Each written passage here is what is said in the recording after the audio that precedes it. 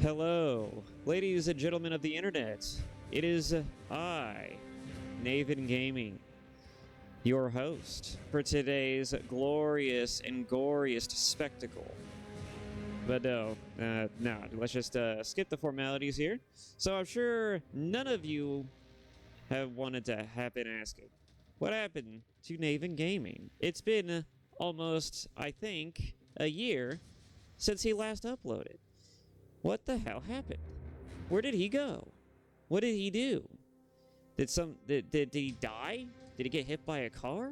Who knows, right? Who knows? And who cares? But here I am back. I am back after a long, probably not so very needed hiatus. But I decided that, after kind of saying, maybe this YouTube thing isn't really for me. Maybe this isn't going to work out. Maybe I'm just wasting time. Maybe I'm just not really cut out for this sort of thing. I just decided, after a year of just letting it go, of just continuing to live my life, I just decided, I'm going to try it again. But this time, I'm just going to stop giving a shit. Like, literally just stop giving a shit. Just like I stopped giving a shit about my job. Just stop caring about other people, just trying to do my job, do it well, among other things. I'm just going to be me, all right? And I know I've said this in a lot of my earlier content, but I really do feel it now. I just do not care. I feel almost nothing. And that's kind of fucking concerning to me. Like, a little too concerning. Like, I have no joy or passion in my life, so I thought, you know what? I'm going to find the joy and passion in things, and I'm going to actively seek it out. And what better way to do it than through content creation?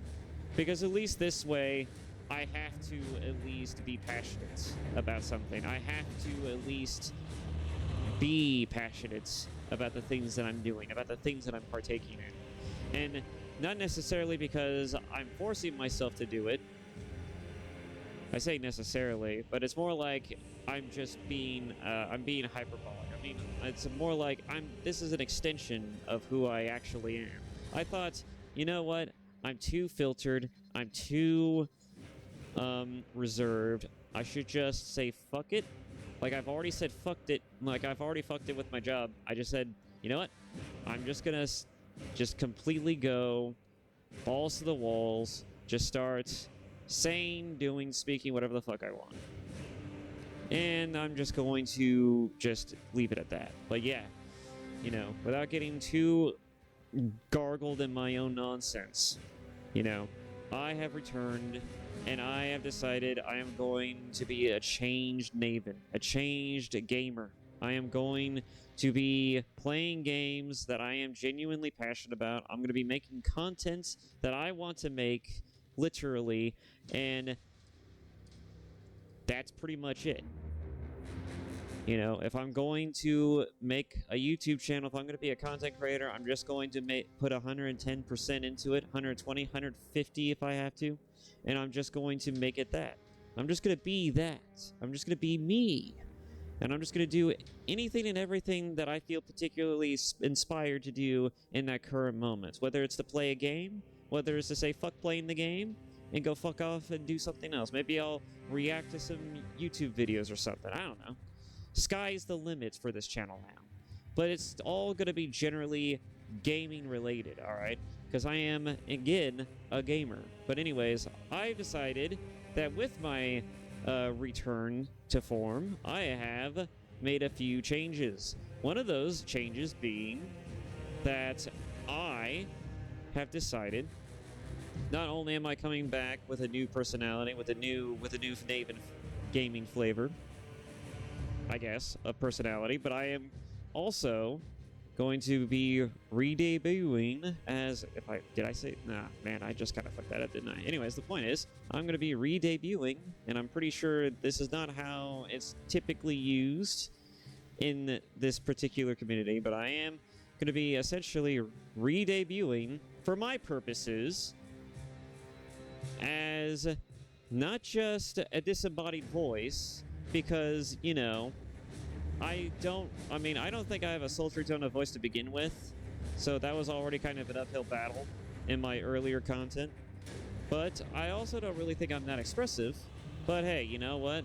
At least if I do it this way, without actually showing my mid-ass mug, I'm pretty fucking sure it'd at least be worth the gander. At least worth listening to. Maybe not worth listening to. It'd be probably at least worth watching. I don't know. I don't know how people are going to view my videos going forward, especially now that I've decided to do this. But basically, I have decided I would come back in a new and interesting way. Ta-da! I am now a VTuber. I mean, not a typical VTuber, because I don't know what male VTubers typically do, typically speaking. But I have decided to come back with a VTuber model, because why the fuck not, you know?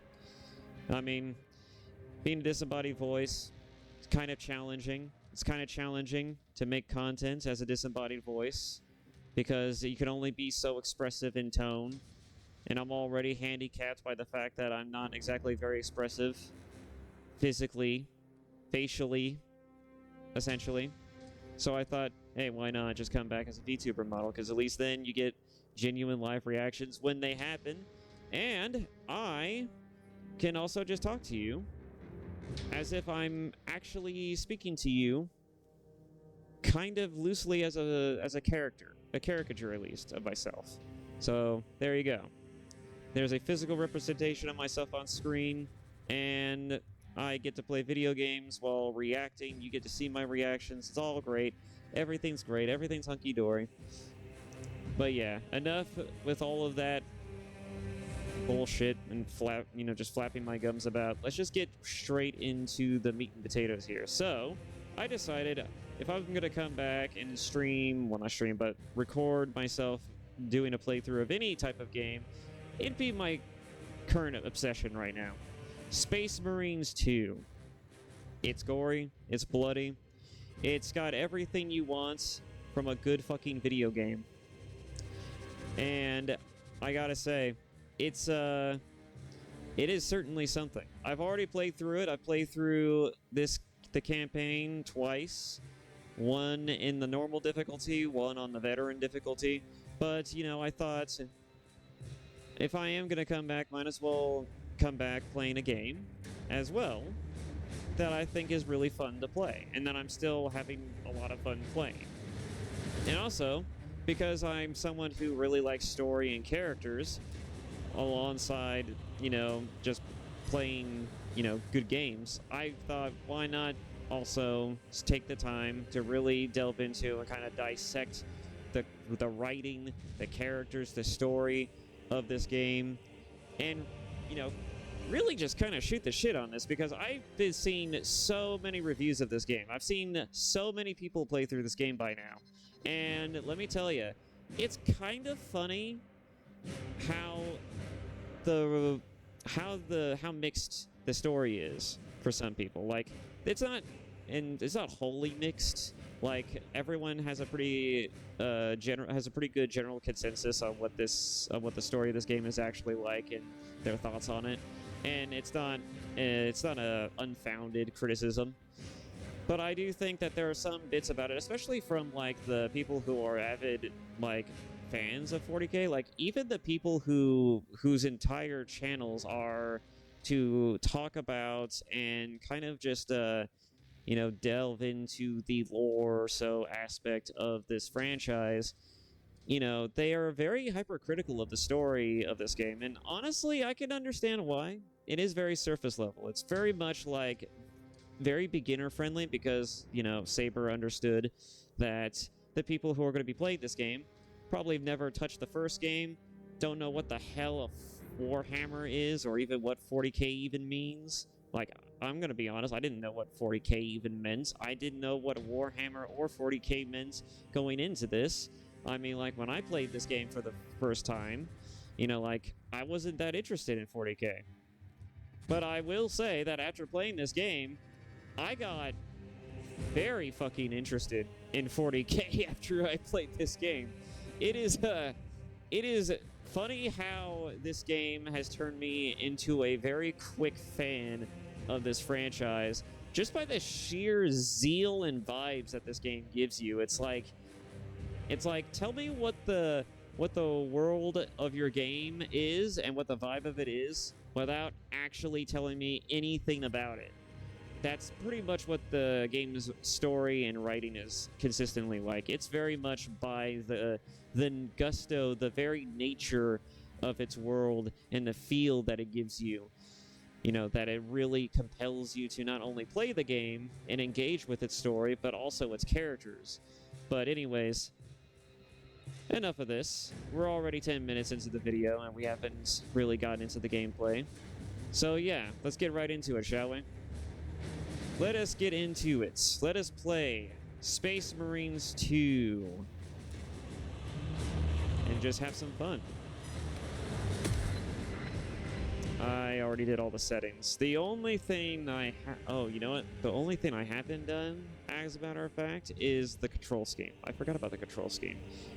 I was going to do the control scheme, but then I got stuck doing all this other stuff. Yeah, actually, no, we'll just keep it like that.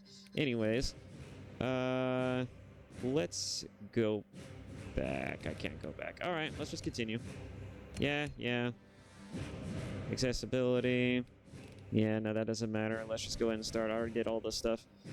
It doesn't... Wait a minute. I just remembered something. Hold on. Is it in here? Colorblind, mono output. I just realized something kind of important. That's audio. Motion blur intensity? No. Where is it? Damn it. I'm just gonna have to get into the options when I get into the game. Alright. Moving on. You know, we'll play it on veteran. In the 41st millennium, humanity stands on the brink of annihilation. The galaxy-spanning imperium of man is beset on all sides by hostile aliens and threatened from within by traitors and heretics. It is an age of constant war, a new dark age in which enlightenment is replaced by superstition, rhetoric, and blind prayer. To live in such times is to be one amongst untold billions, existing in the cruelest and bloodiest regime imaginable. The most powerful and dreaded of the Imperium's defenders are the Space Marines, bioengineers, superhuman warriors. They are humanity's last bastion against the terror. There is no time for peace, no respite, no forgiveness.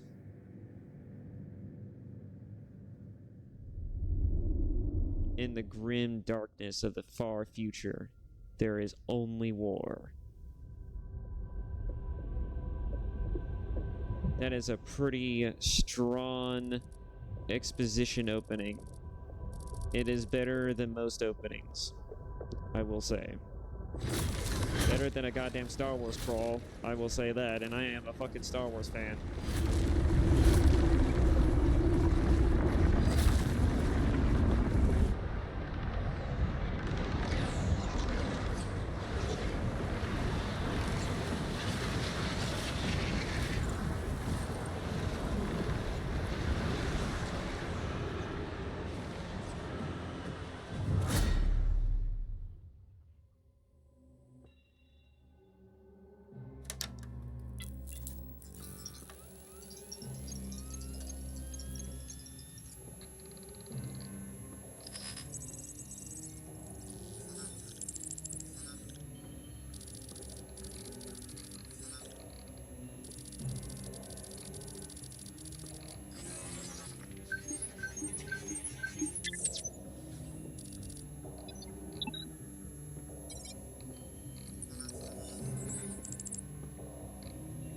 Threat, Xenos, Tyranids, early stage invasion.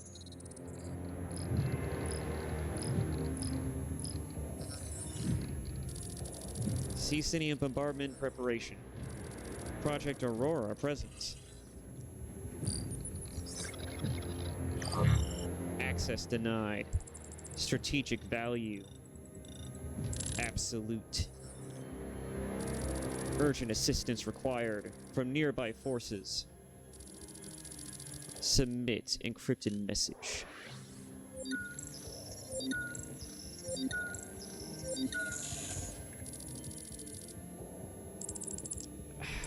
Where is...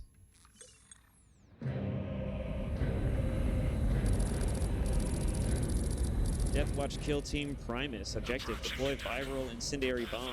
Defend Aurora facility. The one thing I will say, I know I'm pausing, and I don't mean to, but the one thing I will say while I look for my freaking Vaseline for my lips, because, God, this medication really does wonders to my lips. Anyways, enough of that.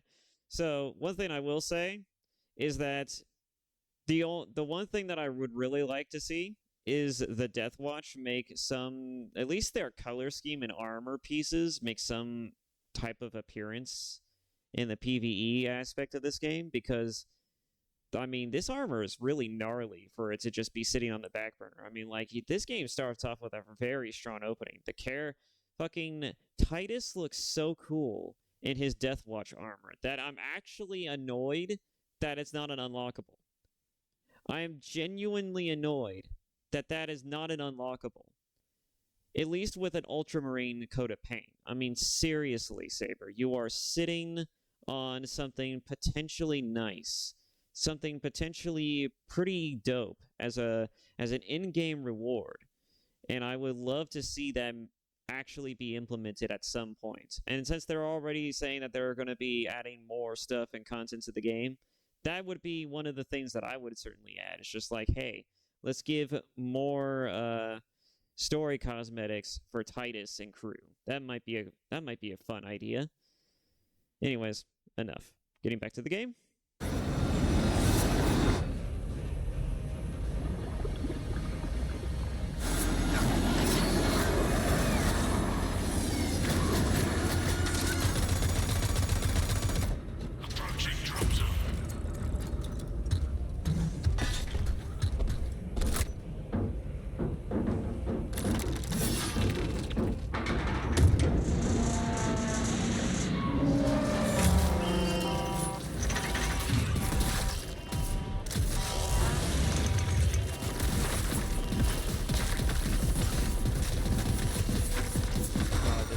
Badass.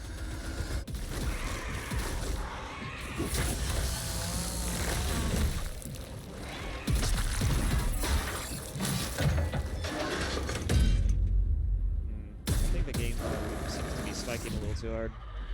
Let me just turn that down a little bit in real time. There we go. And then let me turn it down for myself just to see how much of a significance that was.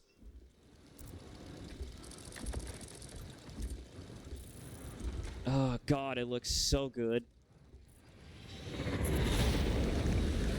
The graphics look so on point. It's not even funny. Box check. Repeat. Kill team leader to squad. Confirm Vox contact. Okay. Skip.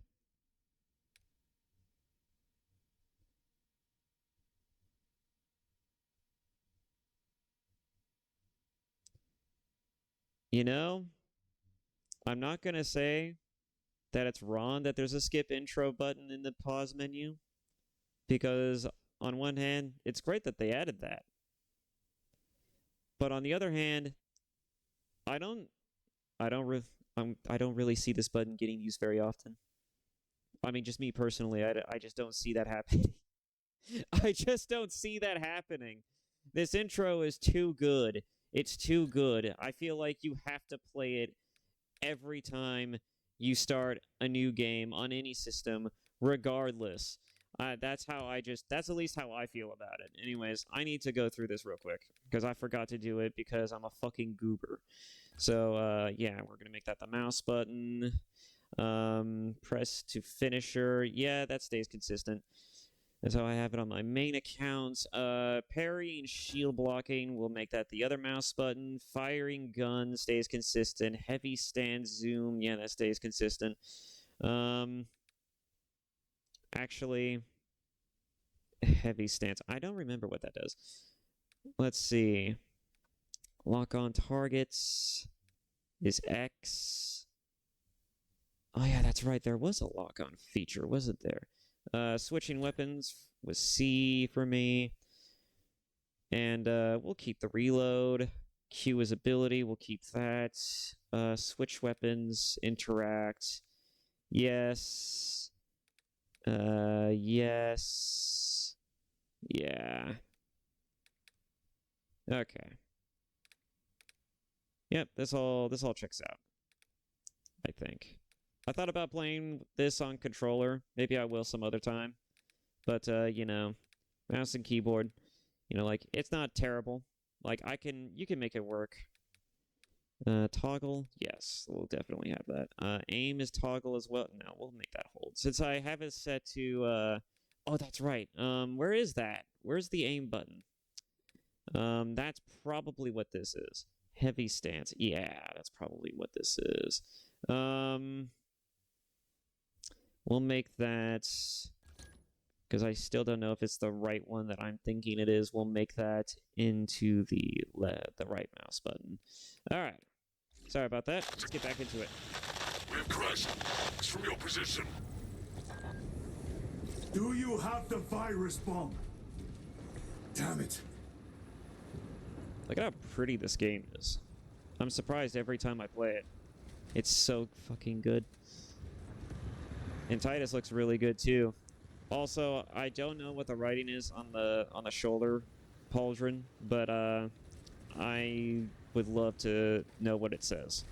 I do. I really would. Moving to... Lost contact with brother. Approaching orbital launcher facility. Well secured. Hellstross, Alpha, I'm moving to the crash site. Do you read? Alpha. Side of the commander. Negative. No contact since the crash. I'm here, damn it. Hellstross, you have command. What are your orders? We proceed as planned. Launch the virus bomb into the stratosphere. Detonate it. And watch the Tyranids die. A sight I will greatly enjoy. Transmitter must be broken. So, one thing that I will say is that I'm pretty sure from the axe and the fact that one of the characters named Ulfar, one of them is a Space Wolf. One of them is from the Space Wolf Legion. And they're a Viking Legion of Space Marines.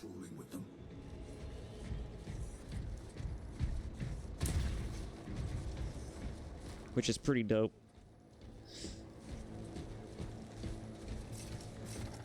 All right.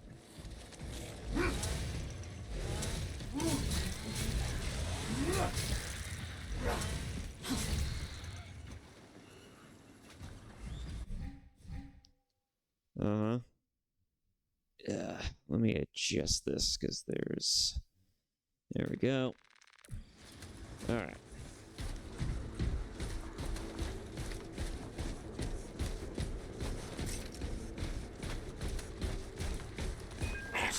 Where's that damn virus bomb? What's even cooler is that, from what I understand, the Death Watch, because it's comprised of multiple different Space Marines, there's going to be instances where when we come across the dead bodies of our fallen comrades, it's going to allow us to essentially look at their character model. And from what I understand of the Death Watch lores, at least the lore around it, is that they have at least a piece of armor from their time as a member of the previous Legion. So, you know, like at least with their brothers in the previous Legion. So it's going to be interesting to see where all these characters come from. Any word from Brother Darius or the Especially since they're all named. Nothing. It is left to us to share the glory now, Hellstross. Hold on, brothers.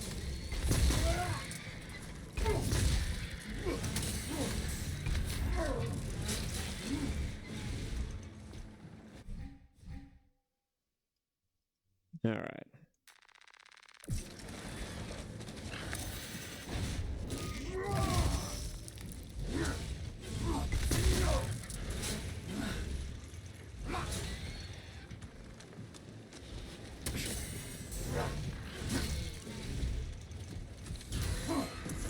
I will also say that as the first weapon you use, the chainsword is surprisingly very robust. You could definitely play the game purely with this goddamn weapon, and it is actually viable. It is so good. It feels good. If you don't like any other weapon, chainsword is the shit.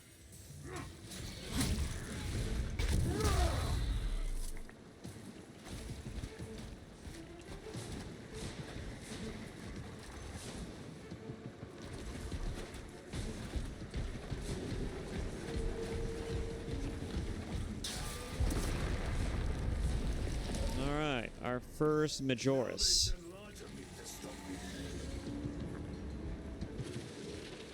That's the ping function. That's going to be important if you do the PvE shit. Oh.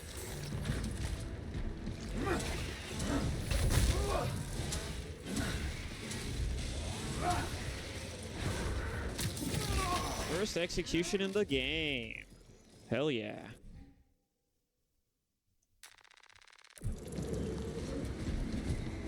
Alpha, you must reach that bomb.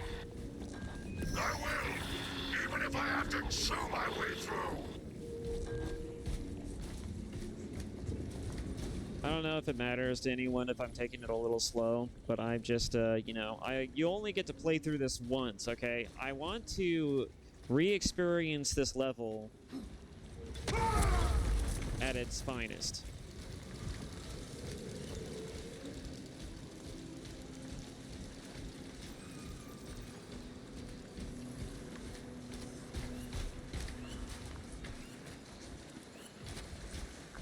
Pretty dope. This game looks so good, and it runs so well despite the fact that it looks this good. Saber really outdone themselves. Like, despite the fact that it has such a woefully... Like, if I had any criticism for this game, it is woefully lacking in content. This game is so fun. It is so good, but my god, does it feel bare bones at times. It's like, you only get 8 PvE missions? There should have been 12, but I can understand it. In fact, I will give Saber a pass on this one. This game feels so good. You could tell they put a lot of effort just making this one particular aspect Darius, the best. brother, I will repay them tenfold. All right, what is your... Oh, wait, are these the dark... Is this the shoulder plate for the Dark Angels? Is that the Dark Angels? I don't know. Again, I'm a very fast fan. I have only just gotten into this.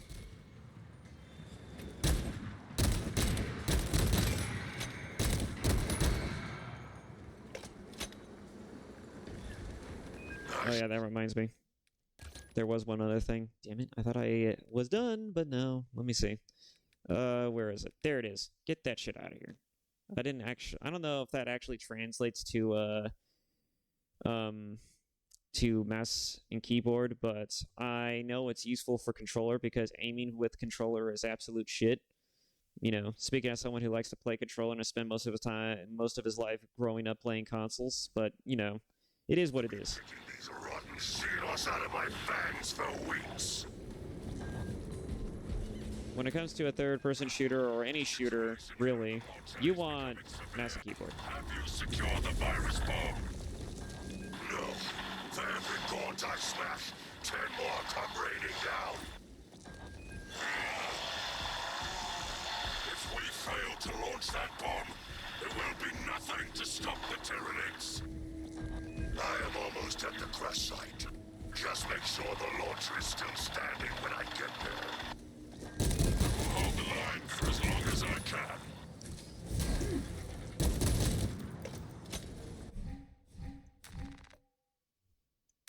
Now we're finally getting the gun executions.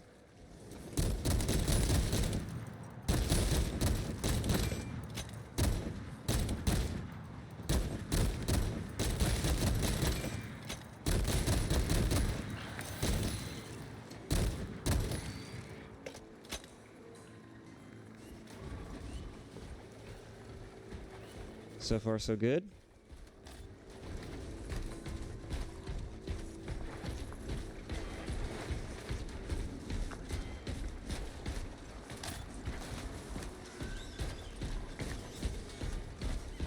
Oh yeah, I also want you all to know that I am running this game on mostly high graphic settings, like on the highest graphic settings for just about everything except for one particular thing, and it's textures, object textures, world textures. Well, no, not the world textures, but object textures, specifically.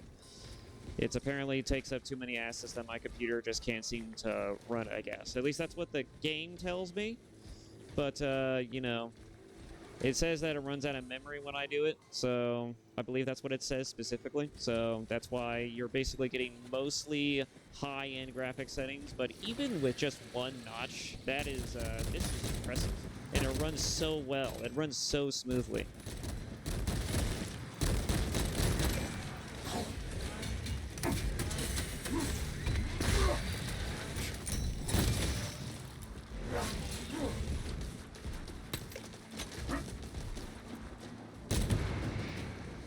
Do not be afraid to dodge and reload at the same time, by the way. That is very useful. Because you can actually reload when you dodge.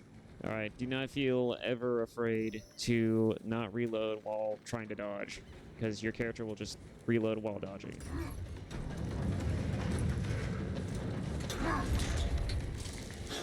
We are running out of time.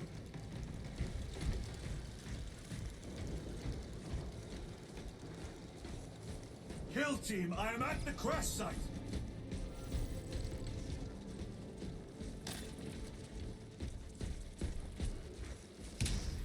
Alpha! Baron!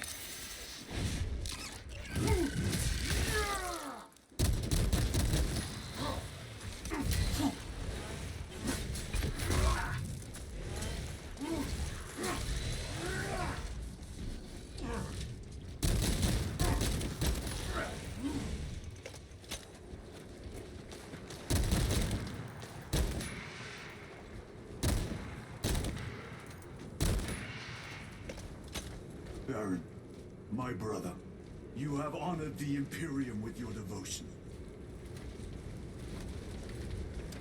Oh, he was a Templar, right? That's the sign for the Black Templars, right? Or was it something else? I don't know. I'm definitely gonna have to relook at some of the lore for the legions in this game.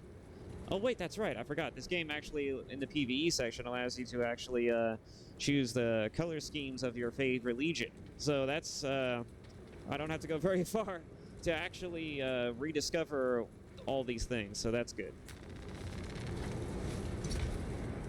But yeah, I can't wait to cross-reference all this stuff.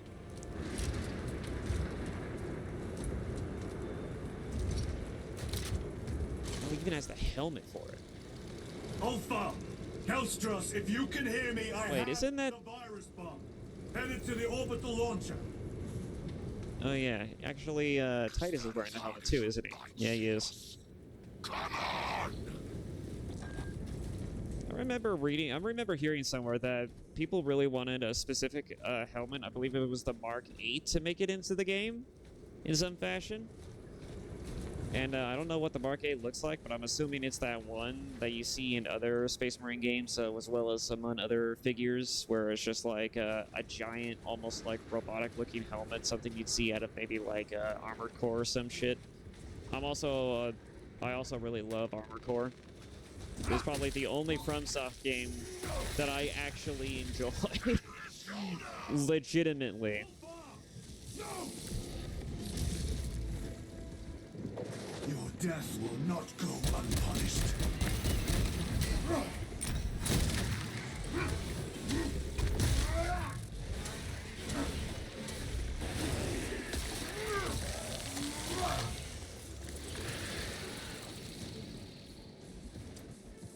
I can't see his pauldrons from here, but I'm pretty sure that was the Space Wolf guy.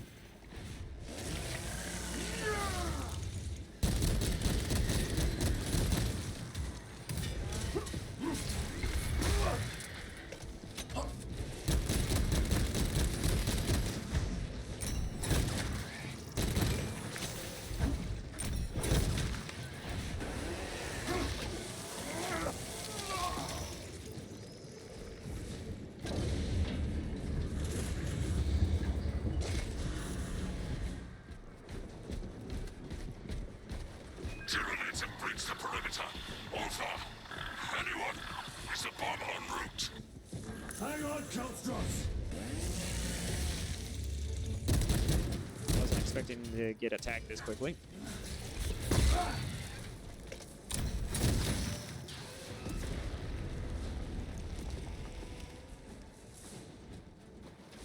Alright, I thought I got shot at.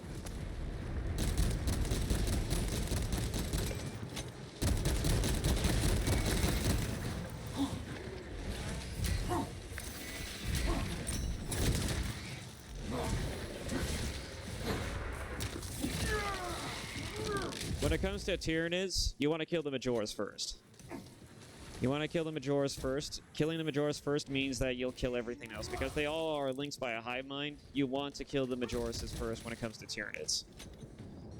It kills all of the other little ads that surround and try to beat the shit out of you.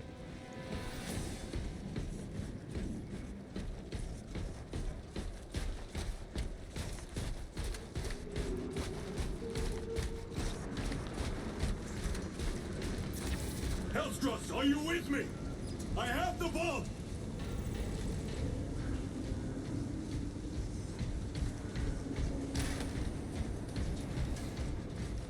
That's our first humanoid, I think. For more context, Space Marines are bioengineered. Oh wait, no, that actually the opening explained that. Never mind. But they are basically super soldiers. You have served your Emperor well, brother.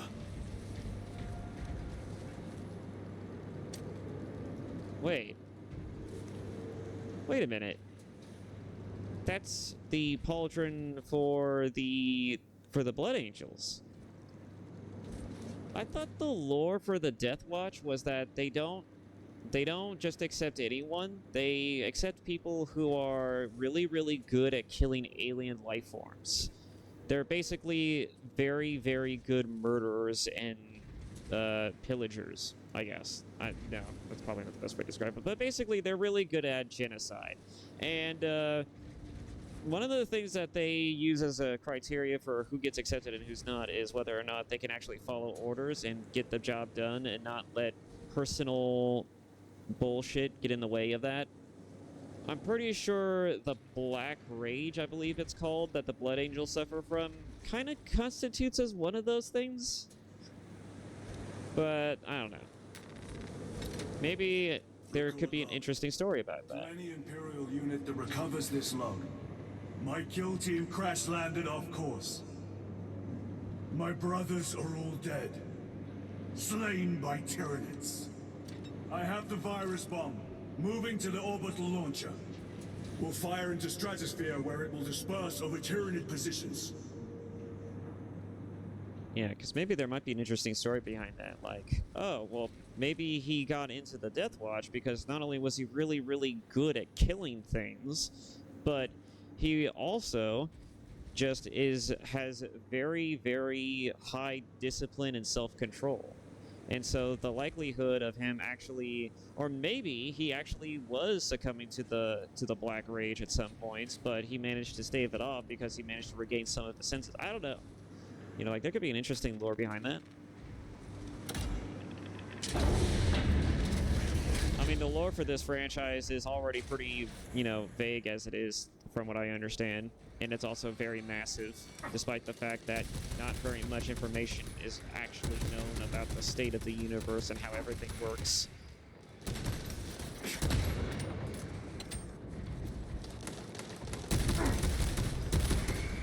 At least that's the vibe I'm getting when I listen to lore dives. Like, I watched a few, like, I wouldn't say a few, but I have watched several videos on 40K so far.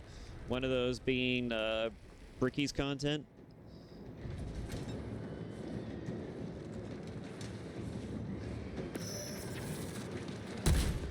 Oh, the barrel, you bastard.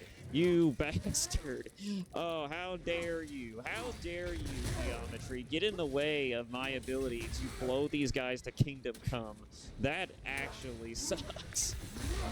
That actually sucks.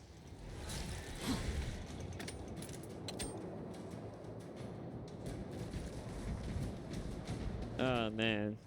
That was perfect.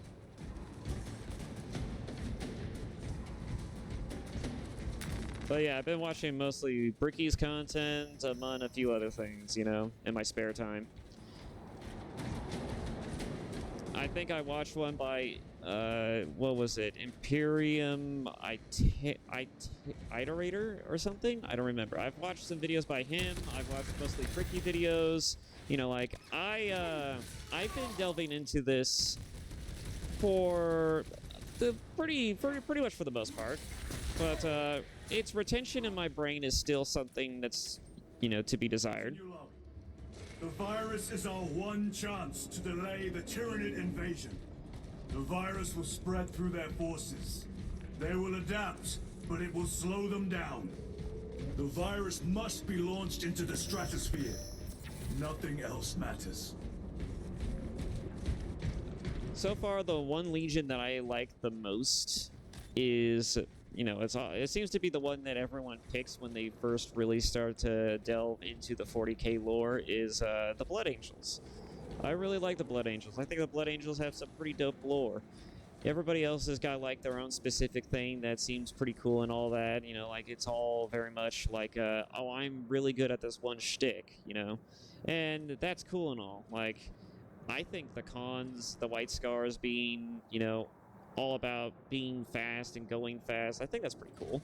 But, you know, like, I, for one, like the Blood Angels just because I just like the fact that they started off as being kind of like a, you know, like, it's every good story ever told, you know.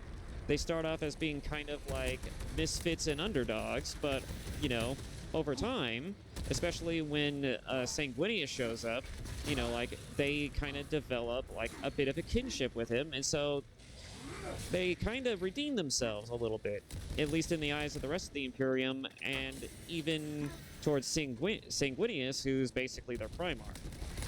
But I don't know how Sanguinius feels about any of this.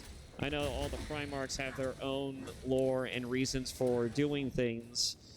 Jesus, that did a lot of damage. But, you know, like, I would love to see some lore around the Blood Angels specifically at some point. I haven't really delved too deeply into their lore yet. But I like what they're all about. They're all about, you know, like, actually, you know what? I probably am misremembering, but I'm pretty sure they're all about, like, loyalty. That's the biggest one for me, is just loyalty. They're all about, I believe they're about honor, and they seem like they're into tradition. I mean, like, they have a bit of a gothic style to them, but, you know, the overall point that I like about them is just their loyalty. They really like their Primarch. You know, they're all about getting shit done, and they're just really good at killing things. Which sounds kind of weird when you really say it.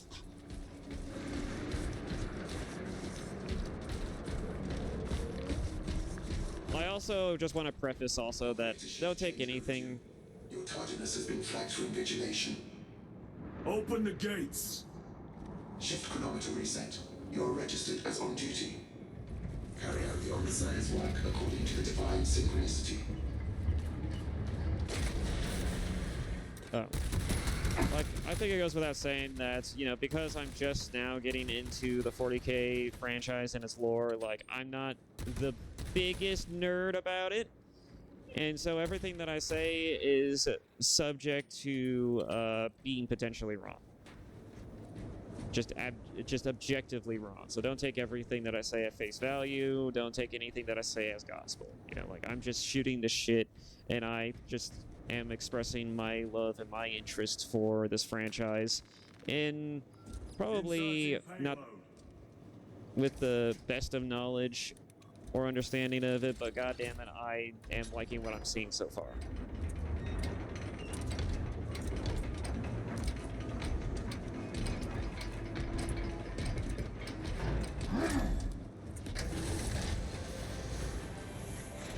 Payload chambered. Hazardous material detected. Further benedictions required. Transmitting override authorization. Set course for stratospheric detonation. The rite of safeguard must be performed. Finally, some frag grenades. Lagos at the command console. Oh yeah, we should be getting stims at some point too here. Machine Spirit, where is the command console? On the observation platform above. As you can see where the grenade is going to get thrown, so, yeah, you can aim it.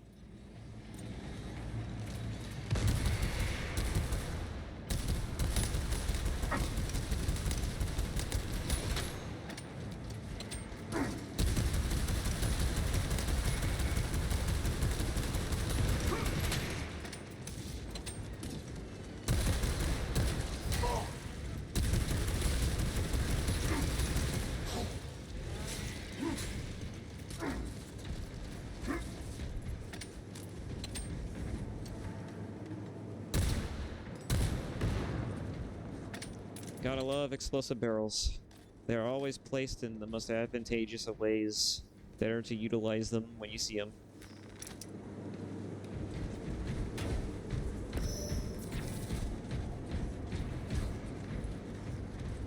But yes, one of the things that I will say is that while the story of this game is very light, it's not light in the sense that it's lacking in storytelling. It's just lacking in narrative storytelling. Like I see a lot of people give this game a lot of flack because it doesn't go too deeply into really telling you what the story is and what the fuck any of the things that they're doing even mean. But and while I agree with that sentiment, especially when it comes to the narrative MacGuffins and at work here, the main thing that I think most people get wrong is, well, the character writing. The fact that the character writing is not as good as some people think it is kind of, it's just not true. It's like, it is good. It's just that the difference is that the character writing is subtle. You have to actually pay attention to the behaviors and also be somewhat familiar with the lore and background of the franchise to really kind of get the sense of yeah, I can see why things are the way they are, why the characters act and behave in certain ways. I can see that. And I can explain what that means when we get to it. Hibernation. Console inactive for 22 hours. This impiety to the Omniscire has been logged. Activate launch systems.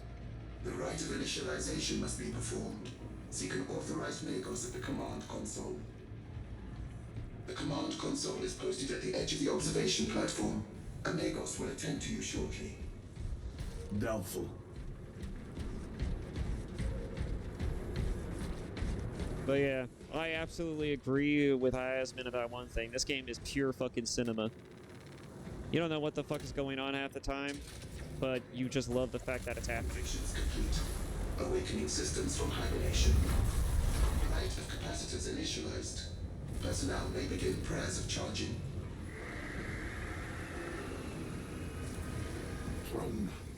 Can you not hasten the damn process?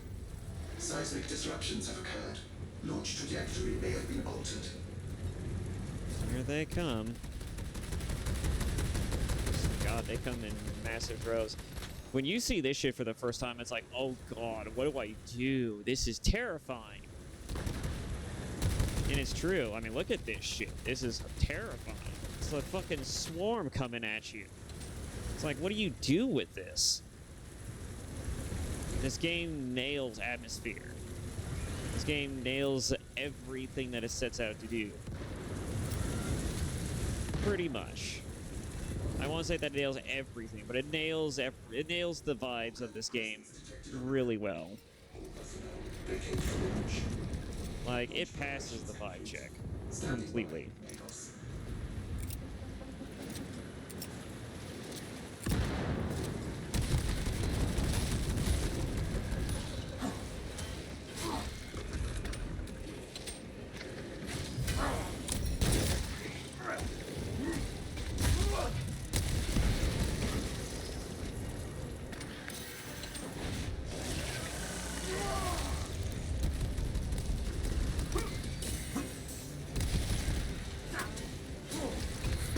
Sneak up behind me, will you?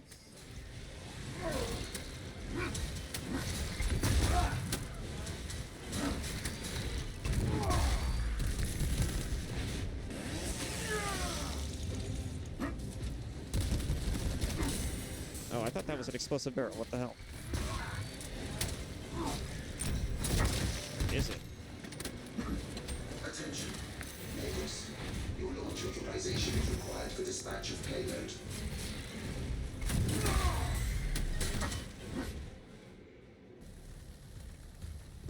Okay, that was weird. They just all suddenly despawned. First time I've ever saw that.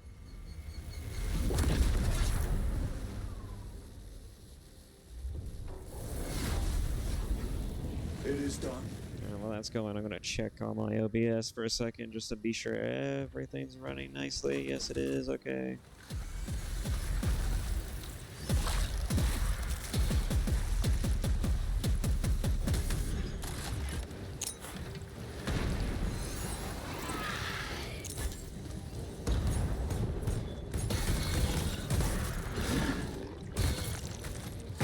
This is also the only time you actually really see a change in weapon skins, too. Like, you don't get color schemes for weapons. That's the weirdest part. Like, you get upgraded versions of the weapons, but they don't change in color or look.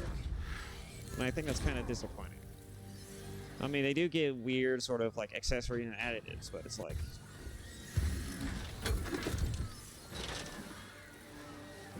be nice if it had some customization. There he is. Look at him. Look at this man.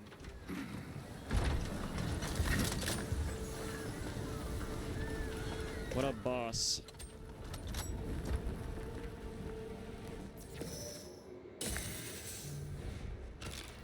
I will take you all with me.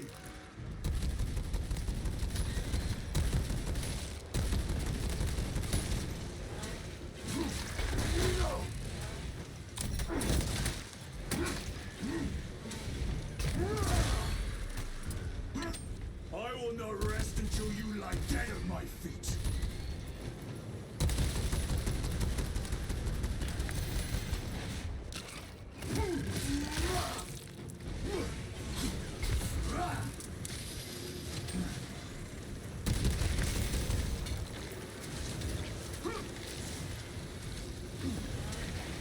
That fucking wombo combo.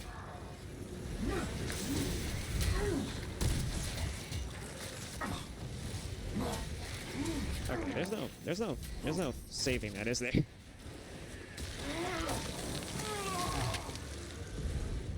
Even if I am slain, I will leave you with wounds by which you will remember me.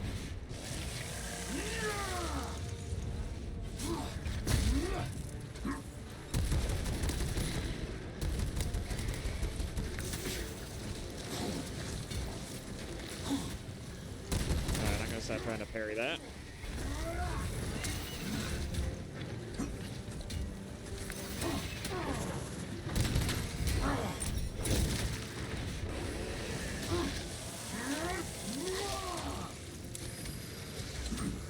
We will eradicate your kind from the galaxy.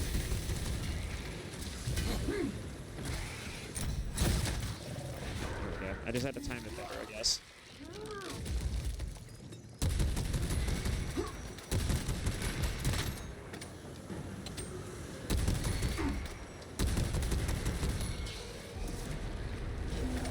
Is that it? Here comes the Carnifex. May that virus strip your flesh from your bones.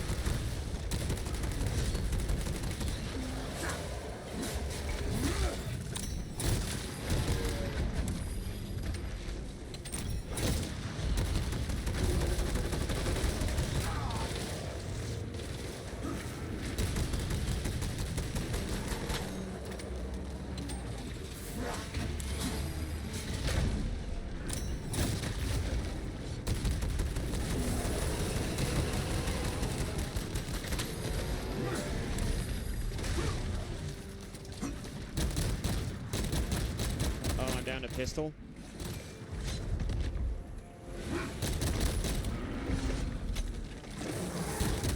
Let's go, bitch.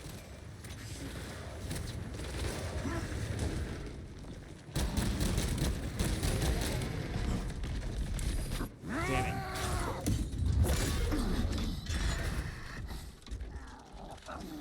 I was doing so good, too. I think that's the best I've ever done against a Carnifex.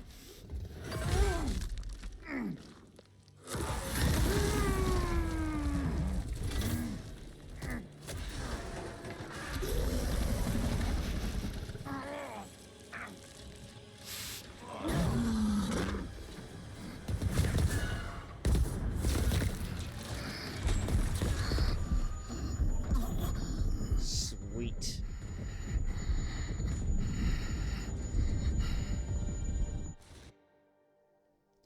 And just like that, the day was saved. Thanks to Titus. And also the Ultramarines. Saving the man who saved the day.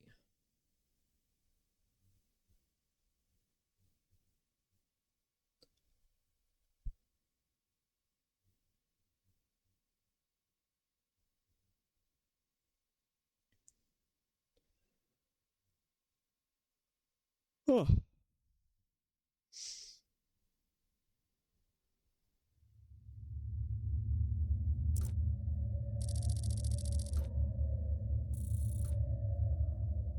Kadaku's orbit.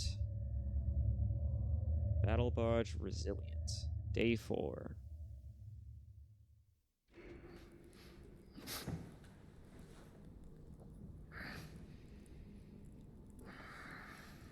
I'm kind of interested about these scars. Like, what's the story behind these scars?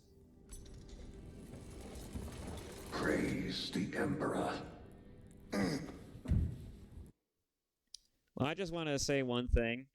When I first got into this game and this series, when I saw the Space Marines outside of, this game, I always assumed that the Space Marines, because they say that they're super soldiers and they're bioengineered and that they wear this bulky ass armor and that it's all made specifically for them. And if I remember correctly, I remember hearing somewhere at some point that like they have to live in this armor because it's the only thing that keeps them it keeps them going. Essentially, it's kind of like both like their armor and their life support or something like that. Like I remember reading, or not really reading, but I remember hearing somewhere, but that was kind of a thing. And so I always assumed that underneath the armor they looked just as weirdly shaped as as their bulky armor kind of tends to do. Like I always assumed that they looked just as like square shaped physically or weirdly bulky under their suits. And just like they're, like in the shape of their armor, essentially, kind of, at least in a similar fashion. I'm glad to know that that's not actually the case, because that's just that's a weird mental image that I've always had that I always thought was the case, but it's not, and it's great. I'm glad that that's not actually the case. I always thought that was the strangest part. Just like, I wonder, is that how they look in the armor? I mean, like because it's so shaped and it's supposed to be power armor. But anyways, yeah, that's how I always thought about it. Kind of stupid, but that's just what happens when you're an outsider looking in. Like you don't know any of this shit, so your just assumption is that well, they must look really fucking weird under these armors. I like that he's wearing a fucking cloth. The wound was fatal. You survived only through the Rubicon surgery. We remade you. You are a Primaris now. Can I get some context on what a Primaris is? Lord Calgar issued the command himself. Is he here? Gone. Summoned by the Primarch. I must get back to the Watch Fortress. You have been reassigned.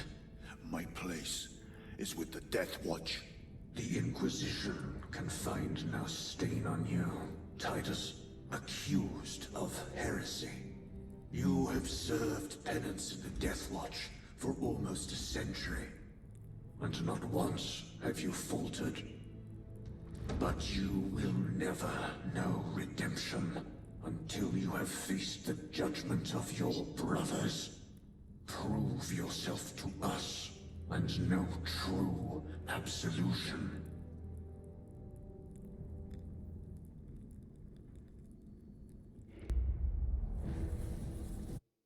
So a bit of context. It there's Space Marines 2 is a sequel to Space Marines 1. There's your context.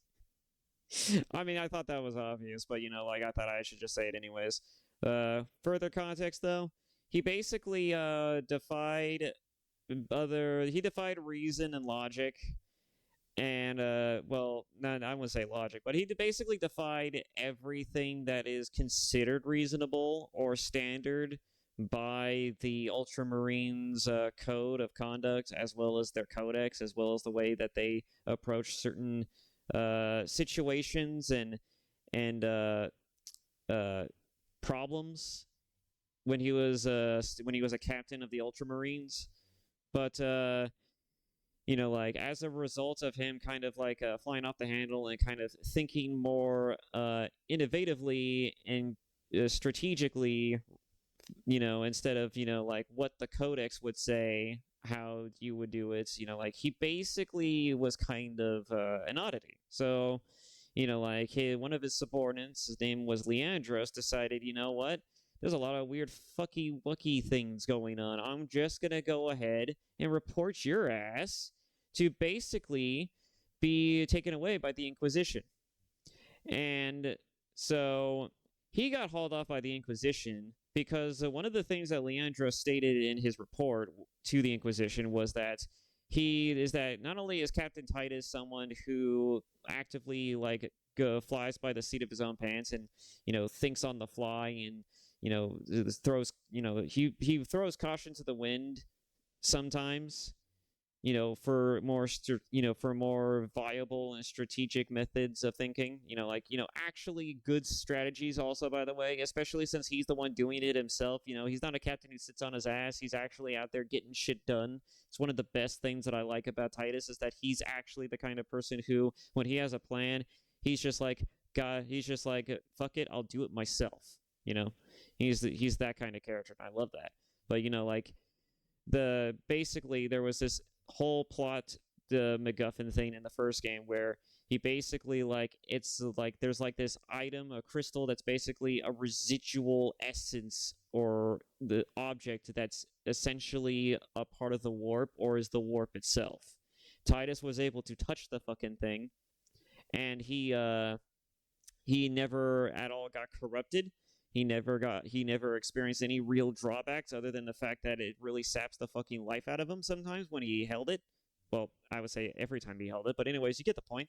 The warp crystal he was holding onto on occasions did not destroy him, did not corrode him, did not turn him into a chaos worshipping fucking heretic. All it really did was just give him, a bit of a migraine or something. Or it just made the act of holding it an arduous task. It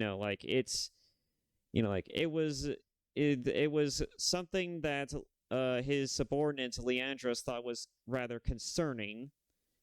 So he reported it to the Inquisition, on top of all of his other past, previous behaviors as a result of the operation on Graya.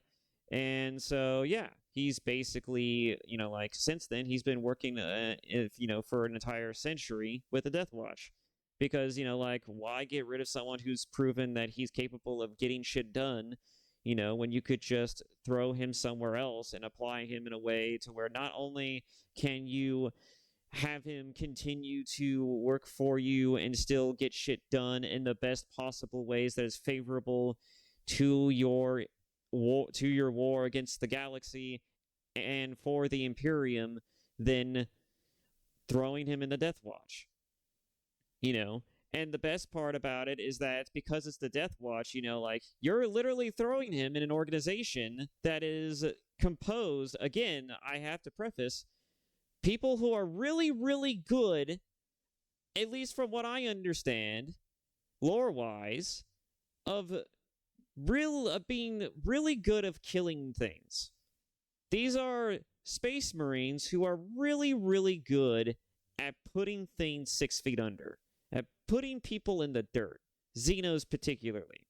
And that is, if I could think of any way to easily not only, make use of someone, if I had to be, a dickhead, and I was like, man, this guy is a potential heretic, how do I make use of him while simultaneously also keeping watch of him and making sure he doesn't do anything really stupid or potentially dangerous? Oh, I know. Let's throw him in the Death Watch, where he's going to not only continue to serve the Emperor in every potential aspect that the Imperium needs in order for the Imperium to continue its floundering existence, but also still have a kill switch on him if I just decide one day, you know what, he's a heretic, fucking murder him. Because he's already got people watching him. He's got potentially the galaxy's greatest murderers and sycophants. All around him, in his legion, quote unquote. Because I don't know if the Death Watch is really a legion, but he's basically surrounded by professional killers who basically make it a hobby to destroy and maim everything in sight. I mean, I can't think of a more effective way to make use of someone and then also potentially get rid of them if the need should arise, because he's going to be likely part of a team who's really good at killing things to begin with. I mean, fuck. Their entire squad is called a kill team. You can't get more obvious than that. Anyways, I'm sorry. I know I went on a bit of a long tangent there, but yeah. It's that's kind of the things that I thought was it was a weird, because I've seen criticisms of the story of this game, and I think that it's and I'll just again we'll wait until until we really get to that point. But this is just another one of those things to keep in mind. What is your life? My honor is my life. What is your fate? My duty is my fate. What is your fear? My fear is to fail.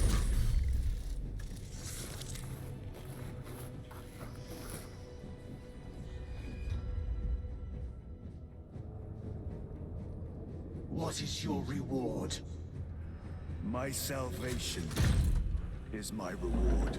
This opening is so dope. What is your craft? My craft is death. What is your pledge? My pledge is eternal service.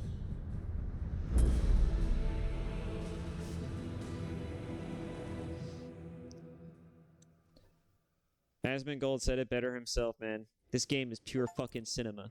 The Rubicon surgery has remade you as a Primaris Marine. You are now stronger, faster, and more resilient. You will take your place as an Ultramarine once more. Your brothers will know that you served in the Death Watch, but your dishonorable status as a Black Shield has been redacted from the archives. Should it be discovered, there would be questions. Lord Calgar has offered you a second chance. Do not taint it.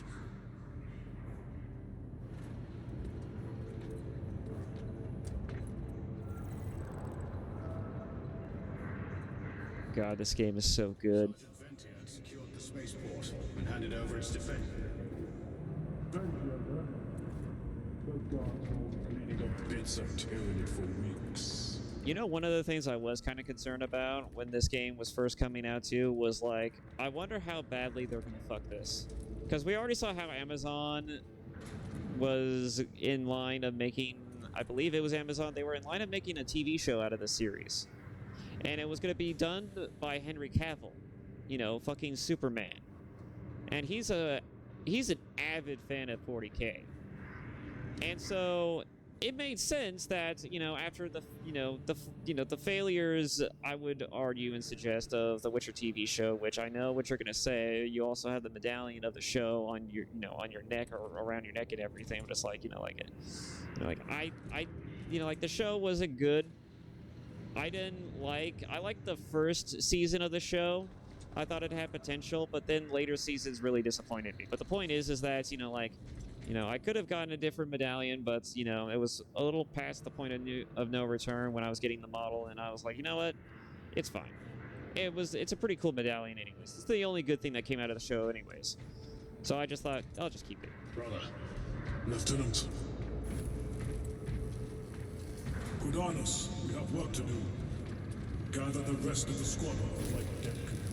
Yes, brother. Oh, and the artist who made the Vtuber model is really great, really nice too. If I could shill this person, like, I don't know what actually is that all right to shill someone? I don't know what the proper etiquette for this type of thing is. If she wants to, I will shill the fuck out of her, because I really am impressed with the model. It's really good. It's high quality for the purposes of just what I'm trying to do with it, and it's nothing too fancy, too expensive. It's really nice. And I can definitely see that if I wanted to do something more with the VTuber model or have another VTuber model in general, I can I can count on her to give me something truly of high quality or something of note. So yeah, maybe I'll message her later to after this video is over, but I definitely will, if she wants, I will leave, maybe not just a link in the description, I will leave her name and everything. I will add her in the description. It's a really great model. I don't know if I could say it well enough. I appreciate it to the fullest extent. I'm very pleased with it.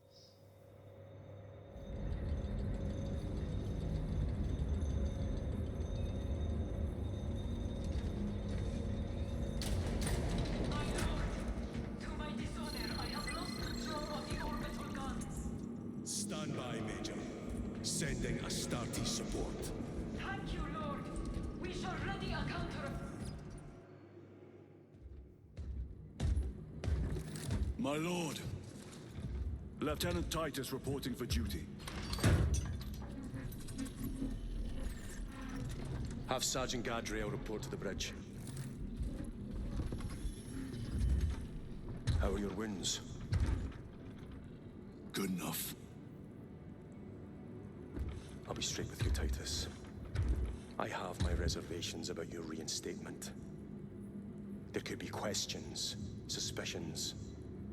I cannot afford discord among the men. Not now. You're a lieutenant now. Will that be a problem? No, Captain.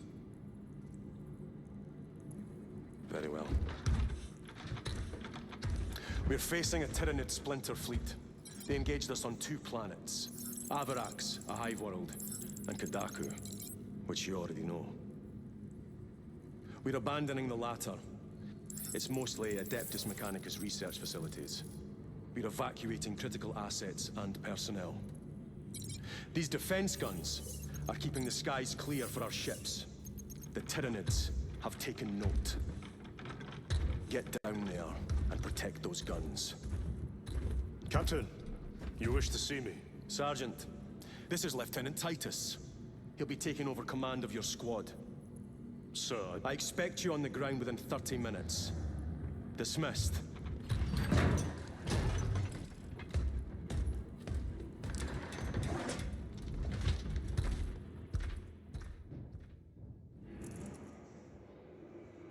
Lieutenant, forgive my hesitation. I am merely surprised by this development. As am I. Sergeant Gadriel, the Absolver is ready to depart. Brother Chiron, this is Lieutenant Titus. He will be leading our squad. Is that so? Well, I shall be glad to have a commander of such experience. Is the rest of the squad ready? Already assembled on the flight deck. Good. We leave immediately. To go back to my earlier thought before I went on that bit of a tangent about the artist and the Witcher show and Henry Cavill and all that,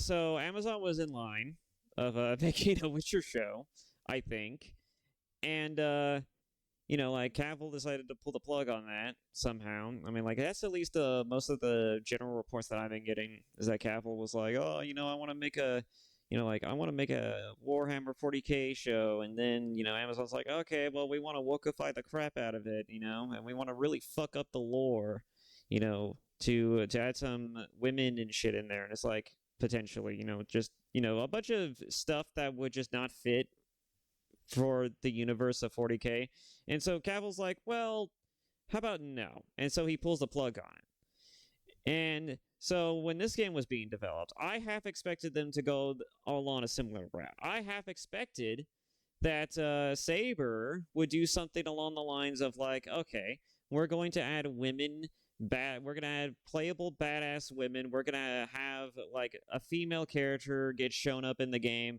She might be playable as well, maybe not, but she's basically going to be like the biggest badass among all of the other Space Marine characters, and she's going to steal every frame that she's in, and she's going to be like the whole focal point from which the story shall center around, or some other shit. Like the same usual fluff that we expect from media these days, because Western entertainment can't seem to get its fucking shit together on how to write a decent fucking human being as a fucking, for a fucking story, especially if it has a vagina. But, you get the point. I like good written characters. I don't care what their sex or what their ethnicity is. I don't care what their pigmentation is. As long as that character is written well, it's fine. It is fine. But most of the time, they drop the ball so hard all the time. And it really gets under my skin sometimes. It really does. It really bugs the shit out of me. And so when people see that, women are in positions and places where, they're basically the focal point of a story and all that, it's like, there's always that level of trepidation now. You can't just have a female protagonist without someone basically thinking to themselves, and just that gnawing feeling in the back of your mind, oh God, how badly are they going to fuck this up? Because they set the precedent. They've consistently set the precedent.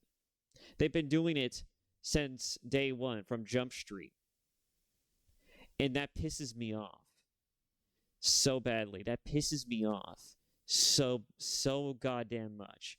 Like, there are great stories where you have women at the helm of those stories, and you can write good stories with female characters in them. In fact, I would actually say that it's probably more interesting to have a female character in the leading role and have her go through the kind of shit that the male characters go through, rather than the male characters, because women are just okay, let's put it like this.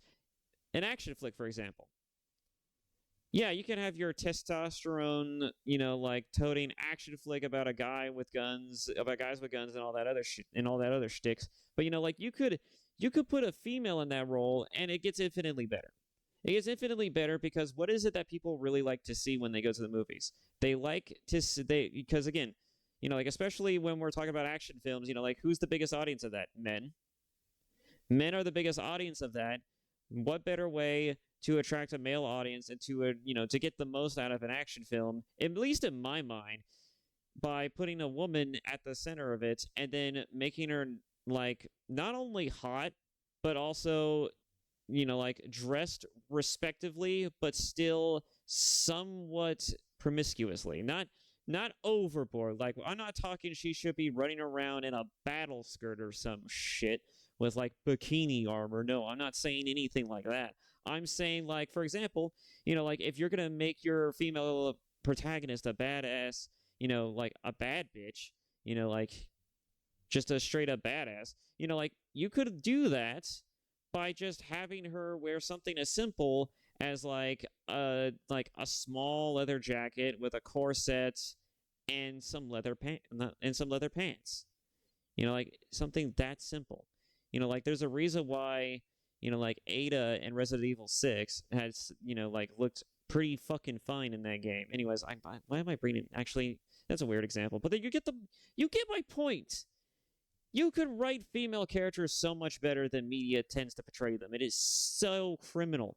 It is so fucking criminal what they do to female characters. It pisses me off so fucking much. As someone who is a aspiring writer, as someone who likes to write as a hobby and his spare time, when I see shit like this, it genuinely infuriates me. I hate it so fucking much.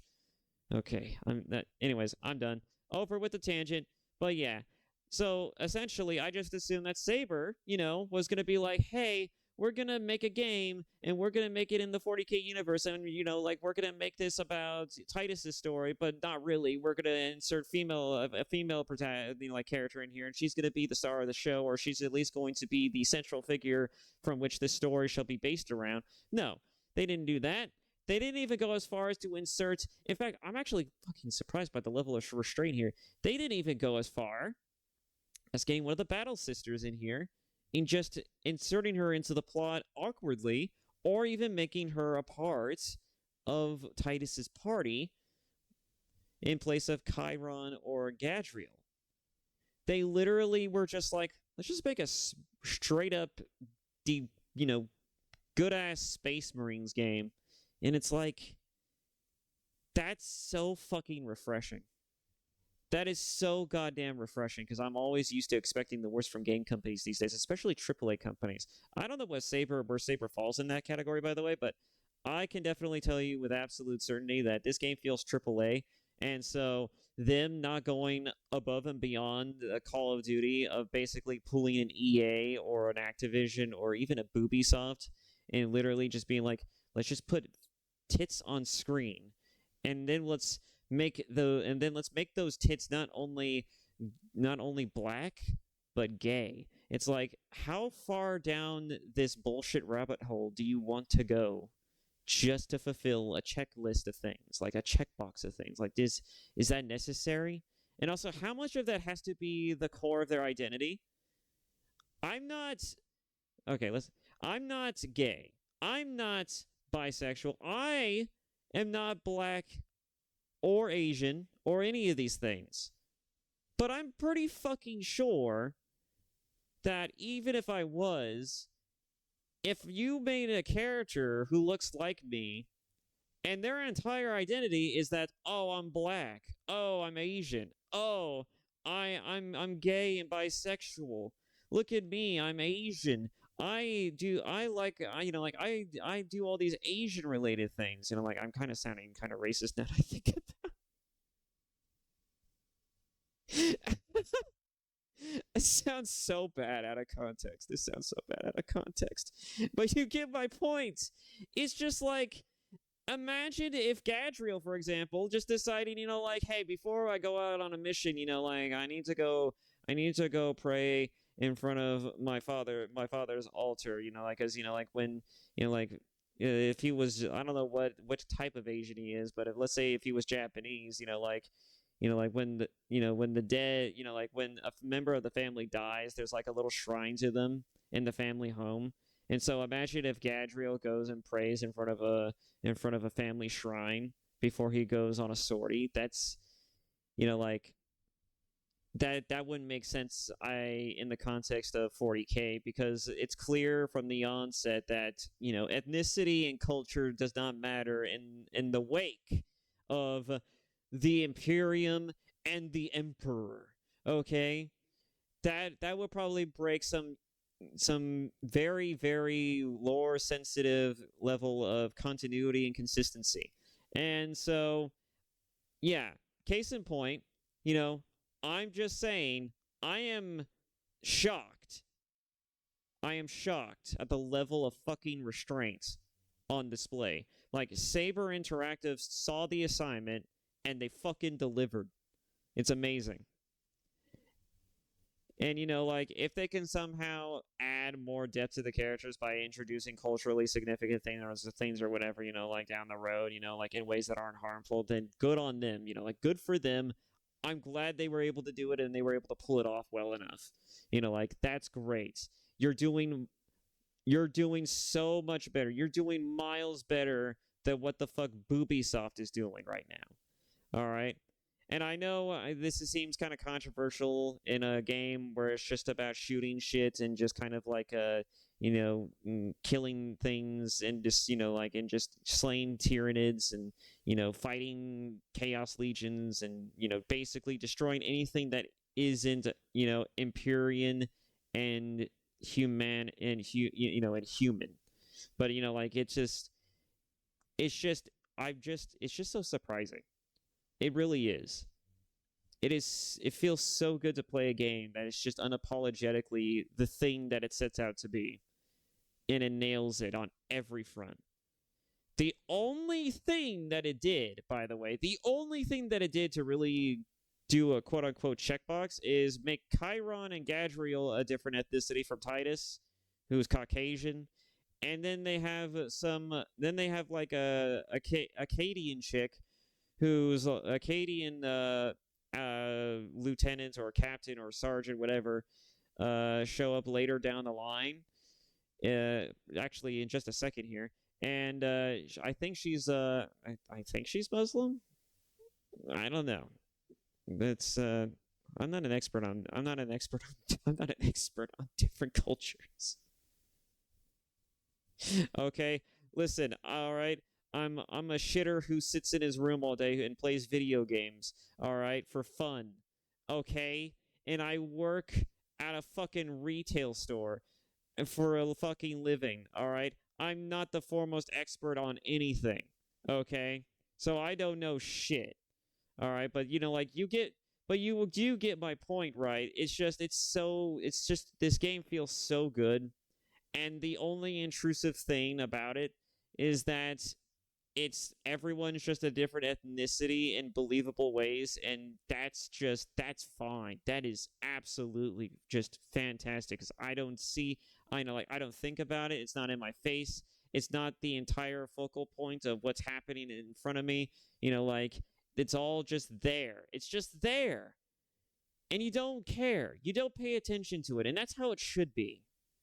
That's how it should be. That's how it should be from a writing standpoint. That's how it should be from a lore standpoint, especially when we're talking about playing in somebody else's fucking playground. You know? Like, fucking Warhammer. I'm so tired of millennials and Gen Zers inserting political nonsense in media where there shouldn't be political nonsense. Anyways, I'm getting... Again, I went on this massive tirade. Let's just get back into it. It's probably been like 20 minutes. I apologize. This was a little much. Maybe one of these days I'll make an entire video just ranting and raving about things that I hate in media.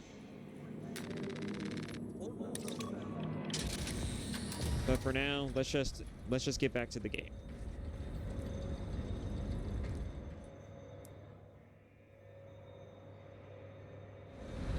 What is our assignment? The Cadians have lost control of the orbital guns. We are to recapture them. Lost them already? The Tyranids are hurling spores of those guns in great waves. I'm impressed the Cadians held out this long.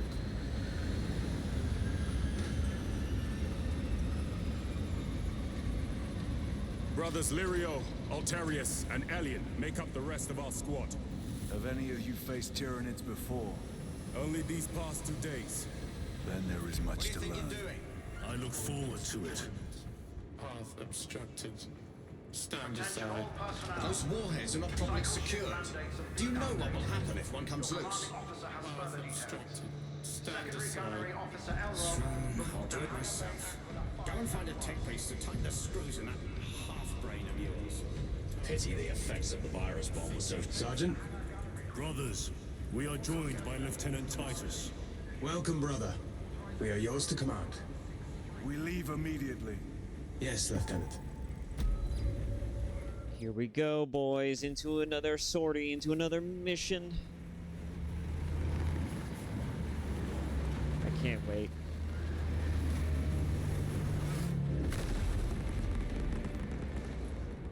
Again, I haven't had fun like this in so long. Like, I genuinely have so much fun just playing this fucking game. I don't even care if it's the same missions over and over again. This shit is so fun.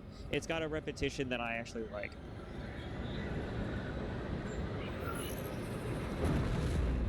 I haven't felt this good playing a game since I played Devil May Cry. And that tells you something.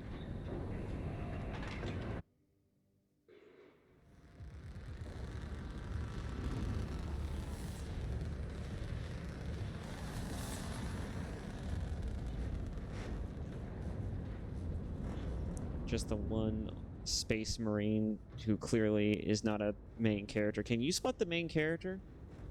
Can you spot the main character, viewers?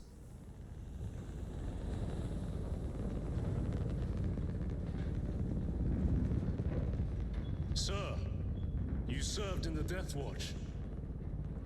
Yes. That must have been a great honor.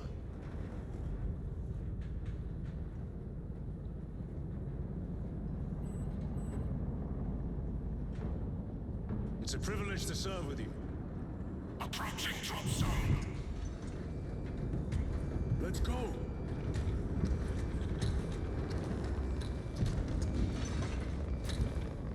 You see those service studs?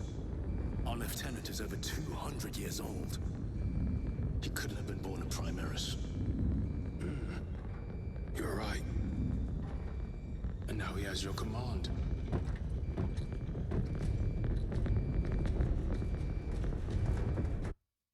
All right, before the scene moves on, this is one of the things that I wanted to touch on. One of the criticisms that this story gets is in its portrayal of Titus. One of the things that people say is that Titus comes off as being someone who's going through a similar arc that he did in the first game. And you know what? That's actually kind of true, because he is. You know, like in the first game, you know, like he's very much like his own man, his own machine. You know, like he goes about his own business and he does his own strategies, and he's basically someone who goes out and he does his own shit. He gets things done personally. Like, he will rely on his brothers to do things that he cannot at a given moment. But for the most part, if there is something that needs doing and it needs doing right, Titus is the one who will do it. Because there's no one you can trust to reliably get something done better than your goddamn self. Right? Right? So, you know, like, as a result, Titus, after the events of the first game, all right, we have to think about this logically. With people saying that, you know, Titus is going through the same story arc that he did in the first game, and people saying that, like, oh, well, you know, he seems a little too standoffish, you know, like, you know, being an Ultramarine, you know, like, you're supposed to be someone who's supposed to, you know, like, always be, like, about brotherhood, about camaraderie, about discipline, you know, like, you know, the fucking, one of the major things about Gilliman's, fucking, like, Legion is that, you know, their whole shtick is, like, honor and pride, among other things. You know, like, their entire shtick is to do the right thing. You know, like, they are the Blue Boy Scouts, for fuck's sake. So it makes sense that, you know, like, everyone would be all about, you know, loyalty, honor, and just, you know, respecting the traditions of what it means to be an Astartes, what it means to be a Space Marine. At least that's what I'm getting from it. So, moving on, when you really think about it, though, the biggest problem with Titus in this moment is that he is a character who, because he tried to do things he tried to do what was best in the given situation. He tried to do what was best for the Imperium. He tried to do what was best for the Emperor. He tried to do everything right on his own, along with some help from Leandros and co. I don't remember the other guy's name, but he basically did the thing. He did the mission. He got the mission. He got the job done. But as a result of all of his achievements, all of his sacrifices, all of the things that he did in order to achieve that victory, to pull that win out of Graia, he got thrown into the Death Watch by the Inquisition. He got disgraced. He got labeled a Black Shield, and he got sent to the Death Watch under suspicion of potentially being a heretic. That's kind of fucked up, right? That's kind of fucked up. But here's where it gets even better. Okay, here's where it gets even better. He sits in the Death Watch. He becomes a Black Shield. And I don't know how members of the Death Watch look at people who have no colors from their legions, but from what I understand, it's essentially kind of like a, like, what's the best way to put this? You're an outsider. You're an outsider. Like, if I could find a best example of it, outside of just the usual like analogy of like you're the black sheep of the family type of scenario, like being a Black Shield is basically guaranteed isolation, ostracism, among other things. Like you're essentially like, how do I put this? You're the neighborhood schizo in a neighborhood of just well-to-do, everyday, mundane Americans. That's basically the best way to put it, I guess. At least in my mind. But anyways, you're basically the neighborhood schizo among the average Janes and Joes of the world.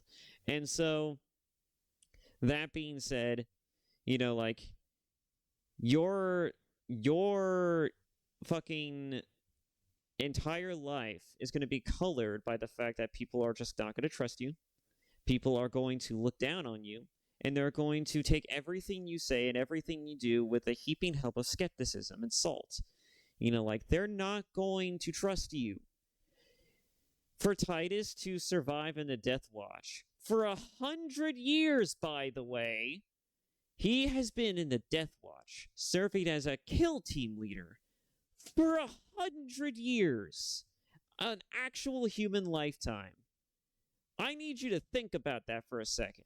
Because despite the fact that these motherfuckers are superhuman, these sons of bitches are still human beings.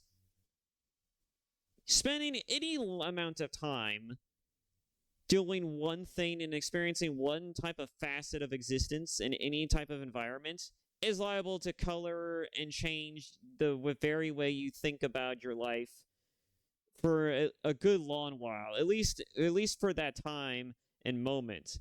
Like, you're gonna come out of that being a fundamentally different person just by the very nature that you've been doing it long enough, and because that has been your entire experience for a good number of time. Like, it's one of the reasons why being a veteran after coming back from a war is so fucking weird for most people, because like, it's the most difficult thing, because like, it's hard to settle down when you're constantly expecting to go on the next operation. It's kind of hard to settle down when you're constantly expecting like someone to put a gun to your head, or having shells suddenly like get like be bombarded, like when you're always expecting the worst. And even then, like, some people kind of like, like, they build a muscle memory for this sort of thing. So, like, they immediately, like, when they hear any type of, or experience any type of sensation that rekindles those past traumas, those past memories, like, it puts them into overdrive, and it makes them think, like, shit, things are hitting the fan. I need to get shit going. Like, so, going back to the point, Titus has been serving in the Death Watch for a century. Essentially being a literal, a quote-unquote, almost like a political hostage, like, ever since the Graya incident. And so, he has been serving as a kill team leader. By the way, that's a fucking achievement into itself. Like, if it's not one thing that you're a Black Shield and you're basically like you're the kind of guy that everybody wants to avoid, because you're literally like, you're seen as like an outsider or someone who's considered a problem child.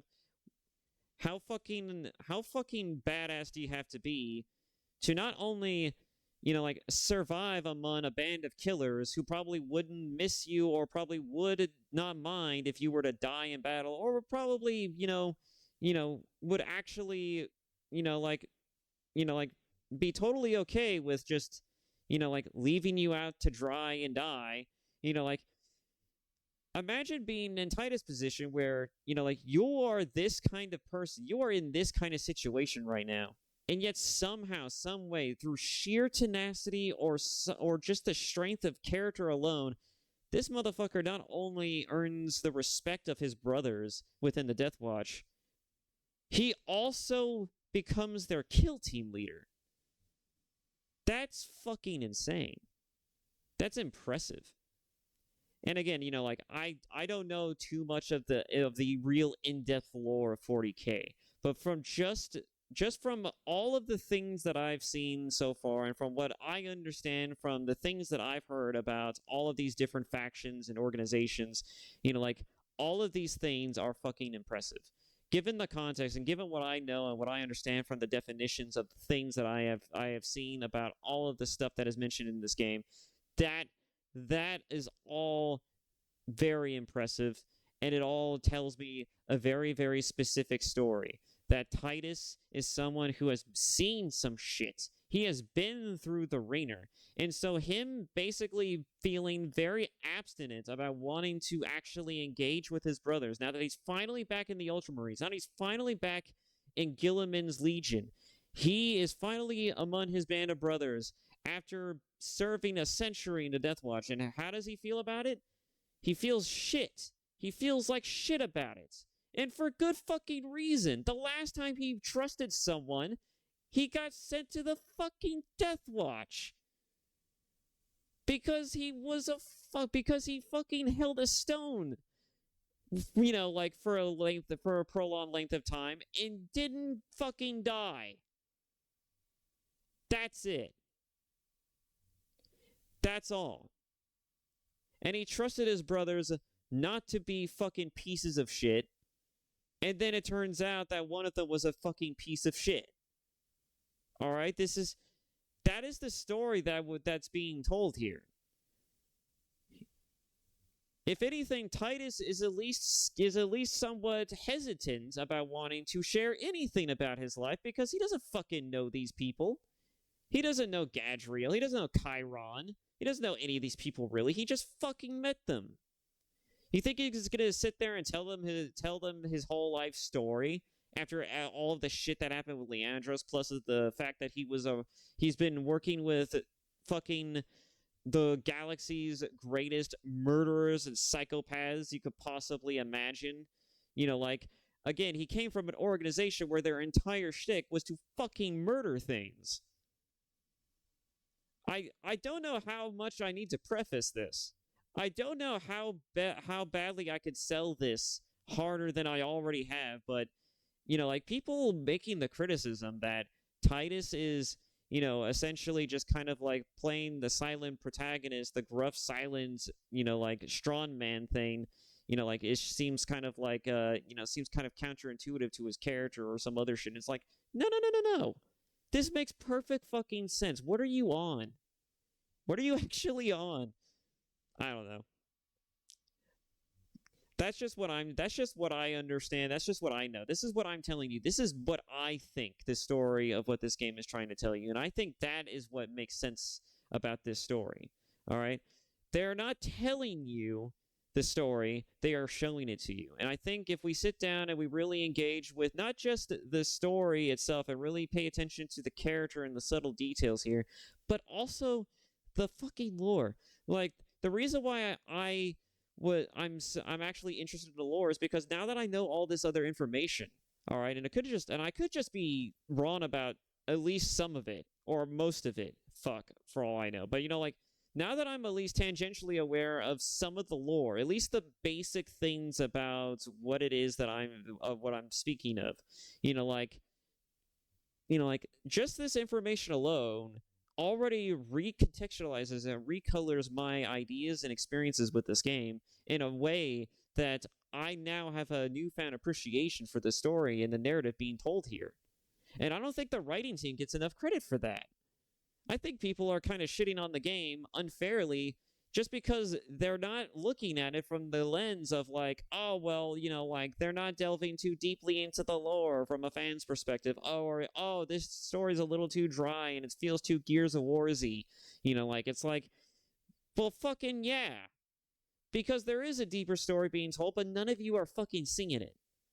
None of you are fucking seeing it because you're too busy looking at the fucking superfluous shit to really see the story being told here, to see the real bottom line story that's on display here. You know, like, that's at least that's how I feel. Okay, maybe I'm just talking out of my ass, but that's just what I feel when I play this game. Okay, I'm ranting. Okay, I've been ranting for a long period of time again, but it has to be said. I have to say this, all right? I've been waiting for this moment. I've been waiting for an excuse to talk about it. I want to talk about it. I'm sorry. Let's get back to it. We'll get back to this in another day. Maybe I'll make an entire video about it. I don't know.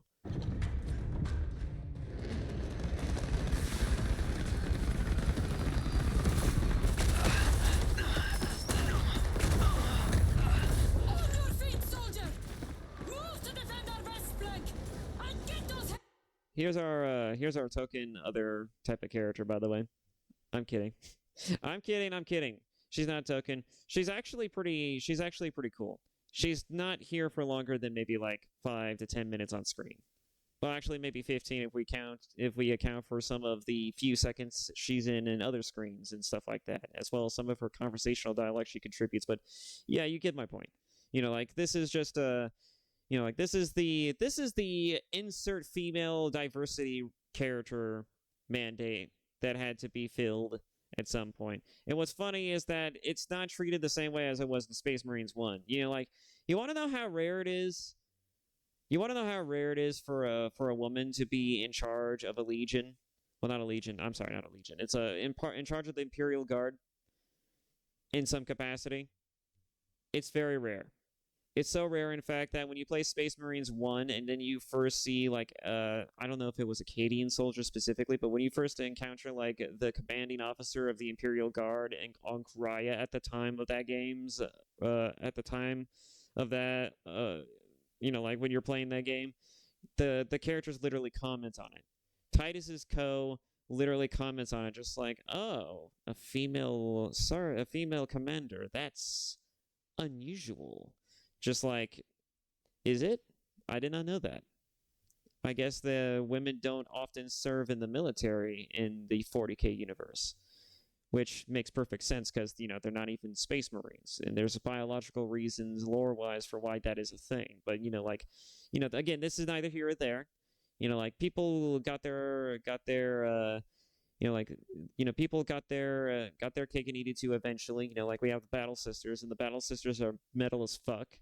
You know, like, if you were going to add women as a playable faction or characters in some capacity, you know, like, in 40K, I think the Battle Sisters was probably the most metal way you could possibly do it. I think they earn it just by how fucking ridiculously fucking zealous and, disturbing the Battle Sisters are.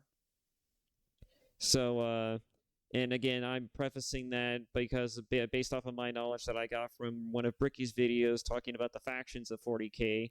And so, you know, like, if everything that he says about the Battle Sisters is true or is to be believed, then, yeah, they're pretty fucked up. They're pretty fucked up. They're fucked up real far. They're fucked up real bad. I would not want to be on the bad end of their sword or their shtick. Like, I don't want to be on any type of receiving end of what they're about. Just like, Jesus Christ. Anyways, yeah. Battle Sisters, you know, you wanted that representation. You really want to engage, you know, like in 40K as a female character or with, you know, or with some type of female battle army of some kind, then there you go. You can't get more metal than the Battle Sisters. I think 40K was just, you know, like, they saw the assignment, you know, and Games Workshop said, you know what, we'll fucking do it, and we'll try to do it as cleanly and as badassly as possible, and they did it. So much so that I actually like their designs, and one of my wallpapers is, that gets cycled through is literally a wallpaper of a Battle Sister. Anyways, I'm ranting again, sorry. I'm sorry. I'm ranting again. I'll play the game. I'm sorry.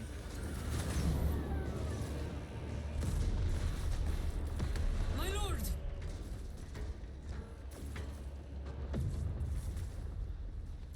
Major Sarkana, 8th Cadian Regiment. Major, give me an update. The wretched beasts have taken the orbital guns. They pushed us back to this encampment and are staging a heavy assault. Lirio, take Altarius and Elion and remain here to secure the encampment. Yes, brother. Major, we must reach the defense guns. Yes, my lord. Follow me. I just realized the movement's more subtle, you know, like I'm kind of bobbing my head a little bit here and there, just like, yes, yes, I love this. This scene is great. And then I'm realizing, oh, it's not translating on my model. It's not translating on my model. Foul gargoyles pollute the skies. The Tyranids have the orbital guns. They do. These unrelenting attacks make a counteroffensive difficult. We shall take care of that.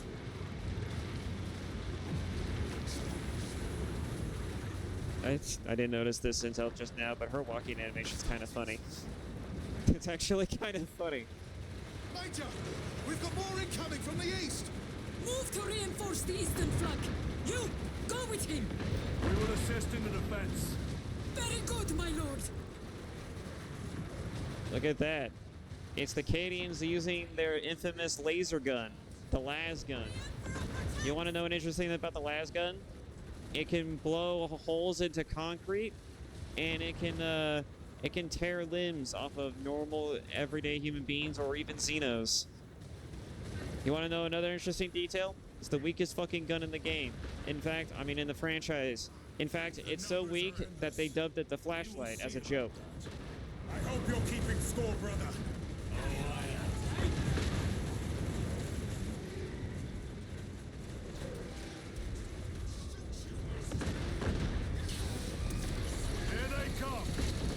Oh yes, here they come indeed.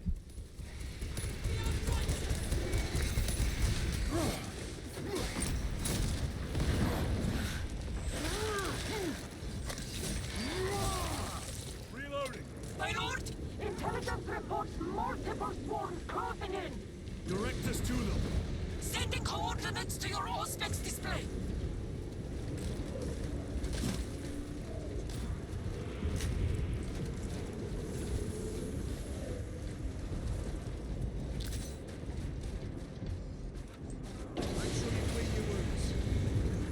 My lord, we are preparing an airstrike. Can you hold the enemy in place until it hits? Consider it done. Cut them off. Xenos spotted.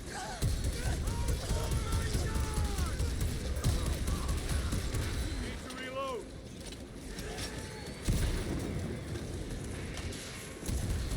Leave not one of them standing. They are spending.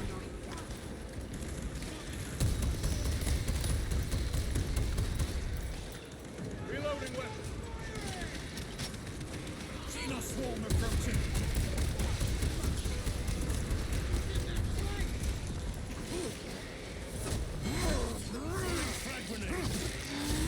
I think I just stabbed that thing in the dick. I feel bad about that. That actually looked bad.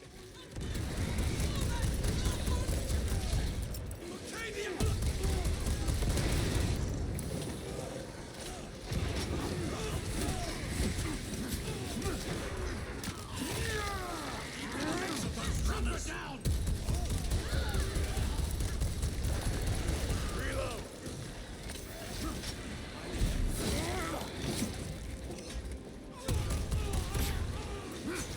Plan can execute.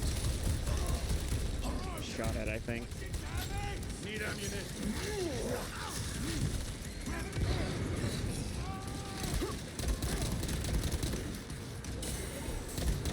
Changing magazine. Xenos toxins.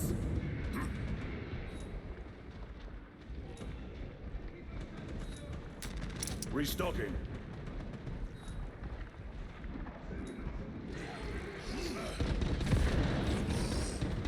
Reloading.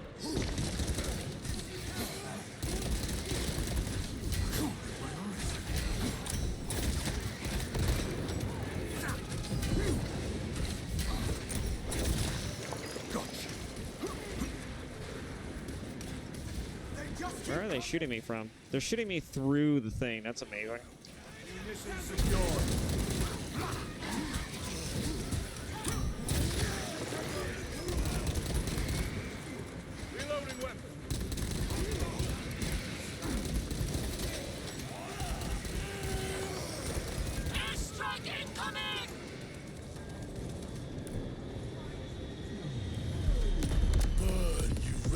creatures.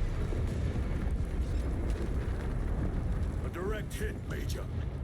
The 8th never miss!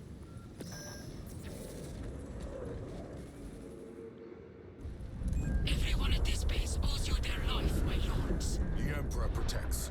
We must proceed through the jungle to reach the orbital defense guns. Brother Lirio, assist the Cadians while they establish new defensive lines, then report back. Yes, Lieutenant. It will not take long. Yes, Lieutenant, it will not take long. The orbital guns are on the other side of the swamp. Be alert. The Tyranids will be lying in wait. This must be where the swarm originated. These abhorrent husks are everywhere. Living organic machines. Indeed. Their ships, these pods, all of it. Their very existence is heresy. We shall thin their numbers today, brother.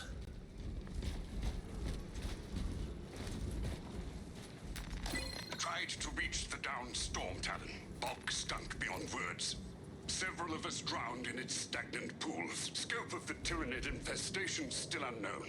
Last readings suggested Kadaku was near the threshold for exterminatus. If that be the case, I would not weep for this world. It has already claimed too much.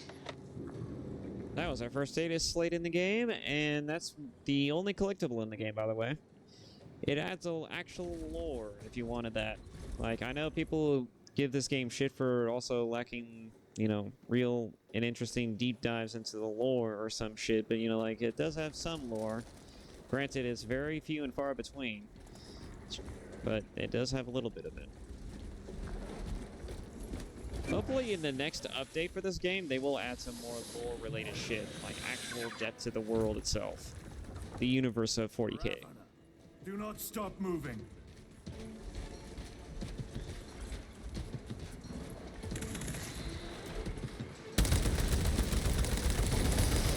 Oh!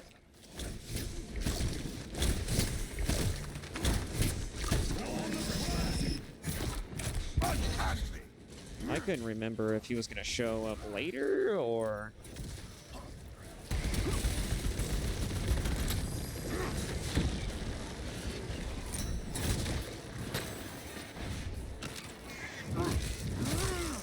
Need to reload.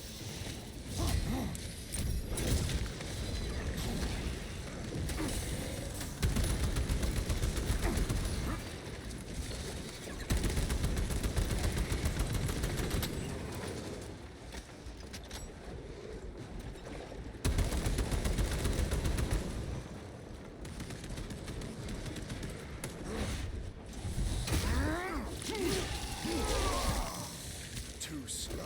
2 or 3 more of them might have been fair. Reload. 2 or 3 more of them might have been fair. That's a thing to say.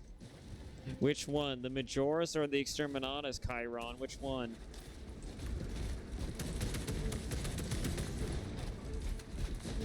Resupplying.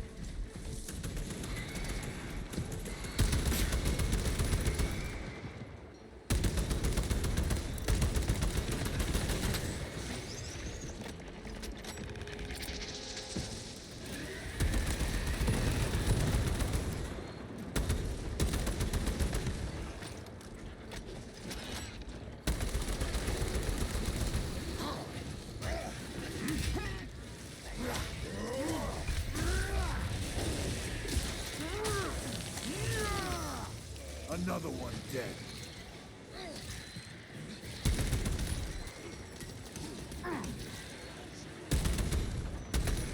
Changing magazine.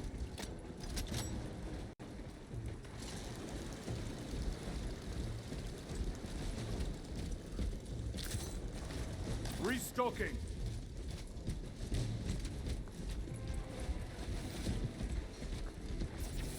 I think there's still some time before we get to the next area, so I think I will heal up. Recovering.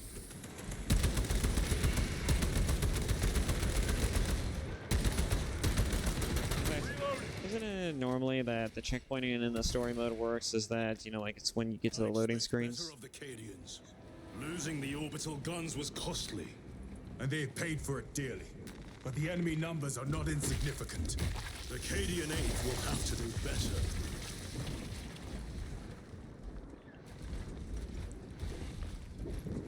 And in case anybody who hasn't played the game is wondering, you can actually wear helmets. It's just that I have them set to off. They are an unrelenting plague, but they are cunning. The controlling influence of their hive mind makes them act as one. Oh, I was not trying to do that? Okay.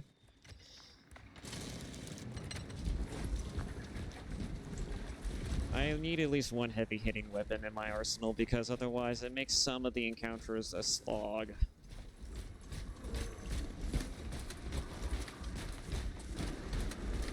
Especially if you get a plasma weapon. Anything plasma related, you should definitely keep. Tread carefully. The spores detonate when threats draw near. Then let us take the advantage and destroy them.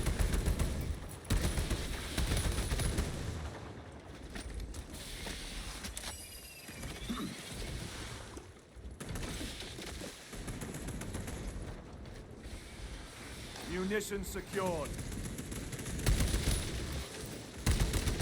Need to reload.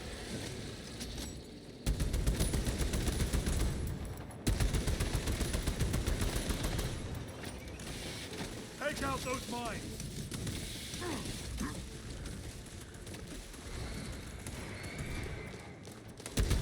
Your combat doctrines are unorthodox, Lieutenant. Which company did you serve with before this one? I served the Emperor elsewhere. The Death Watch? Yes. I hope I too will share that honor one day.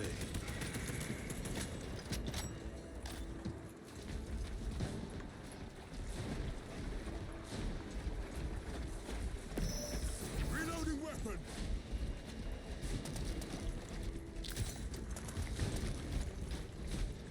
Restocking.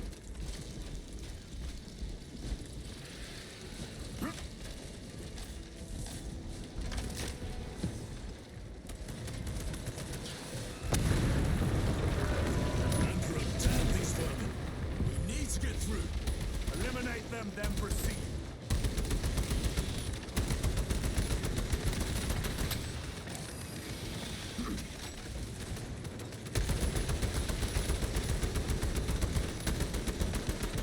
Reloading weapon. Resupplying.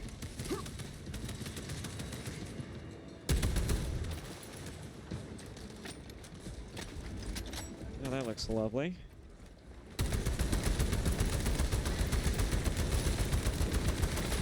Changing magazine. Ooh, another one.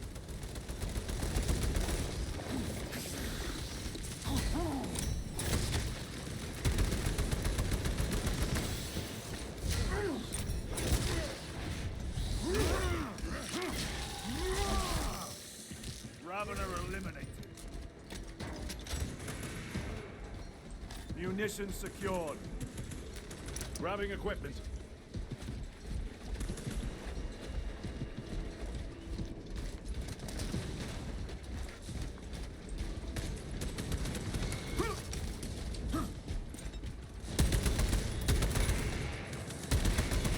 Reloading. Come on, guys, you couldn't kill those two enemies. I know the AI in this game is kind of dumb, but still. Or maybe there was more. Pretty sure it was just only those two, though. Restocking. Ah, that's one of my favorite guns outside of the heavy bolter. The Vtuber. Can't really aim down the sights on it, but, you know, it works. It's good for those encounters where the fucking enemies are constantly clustering around you. Or they're going to.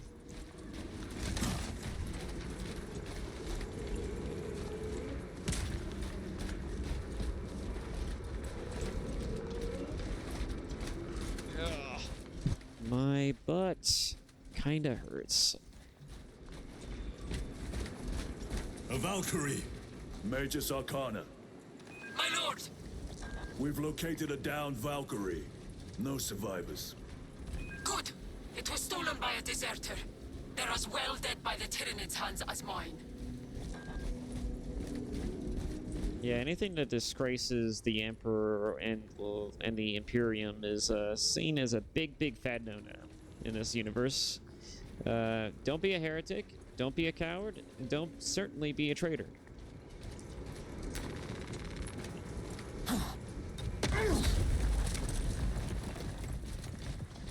most direct route is through the swamp. Let us proceed. No. The swamp will be infested with Xenos. There is a bunker straddling the riverbed. We will cut through there. But that will add considerable time. Surely we... We will not trade strategy for expediency. As you command.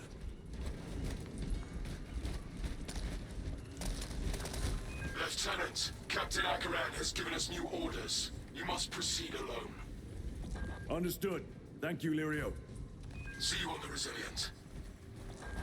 See, they're already kind of fleshing out that Titus is someone who doesn't think orthodoxly. He thinks unorthodoxly. You know, he's a character who very much makes his own opportunities instead of waits for, you know, the right time to, you know, basically use the tried and true methods. You know, he creates his own opportunities.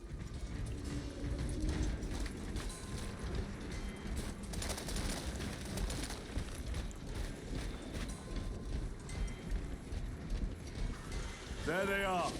The orbital guns.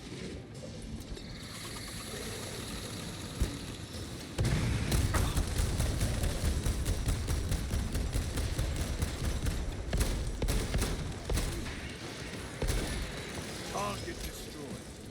Changing magazine. Courage and honor! That heavy bolt pistol has a bit more kick than I thought it would.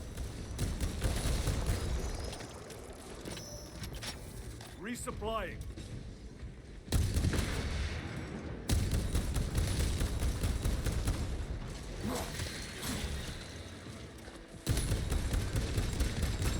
Reloading weapon. Oh, there's the range one.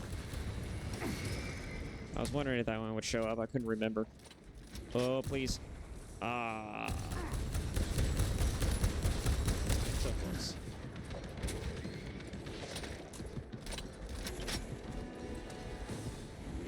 Munitions secured. Yeah, probably should have waited on that one. Got you.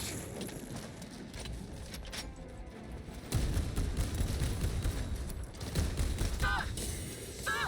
I can hear reinforcements!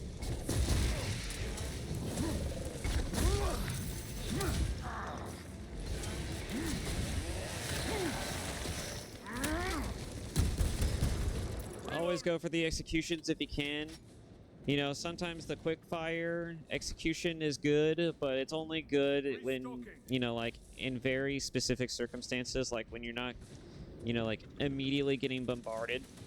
You know, like it's best to use that when you just need a quick but easily accessible regen for your armor.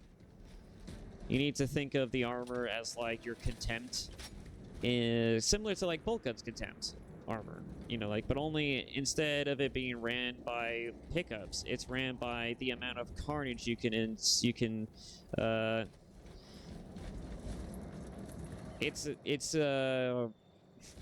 I could talk and if I could think, it's based around the amount of carnage and visceral levels of slaughter you can enact upon your enemies.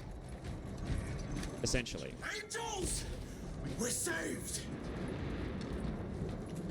Holy terror. Those are some real...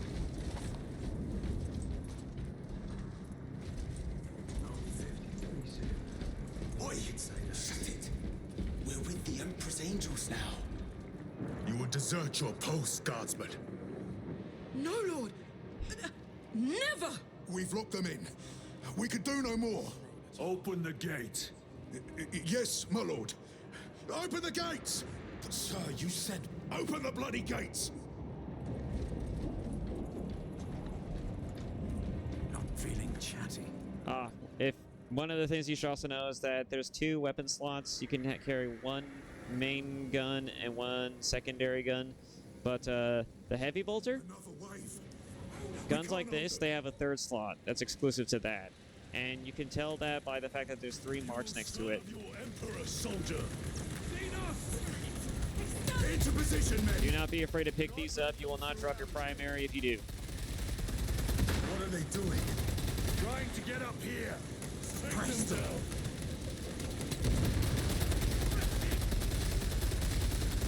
Getting those shots!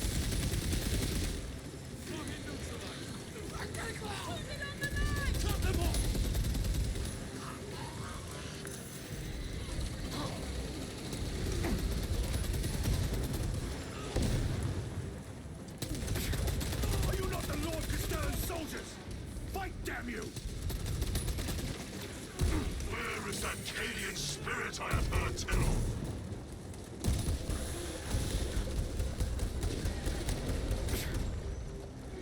Get it, get it, get it, get it, get it. Ah. Reload!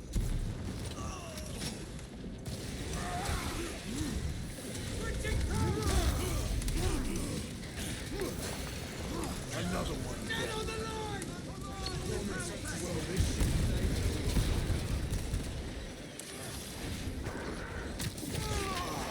Don't be afraid to mash that execute button either. You will sometimes get that execute from a good distance away, like a nice good 5 feet sometimes, and it's just, it feels so good.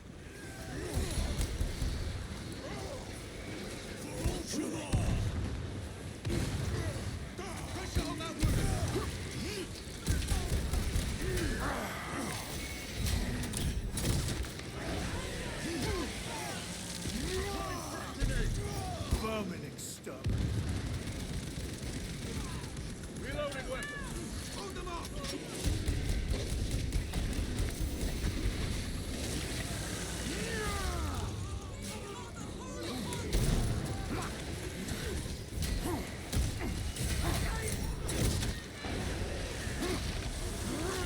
Also, when you're stuck in an execution animation, you don't get damaged either. So always go for that if you're being swarmed as well.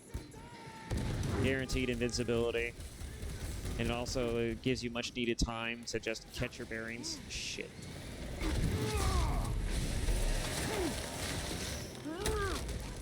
They never learn. Better. Frag grenade deployed.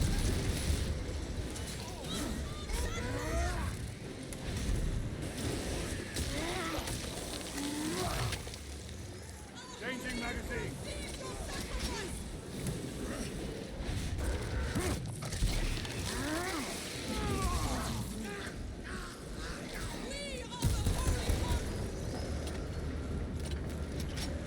Restocking.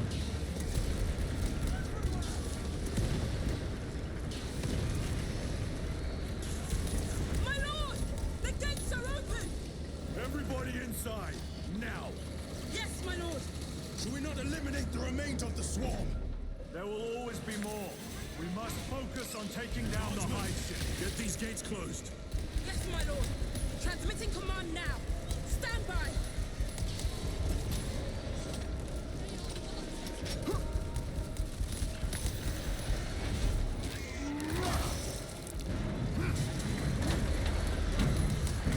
Ammunition!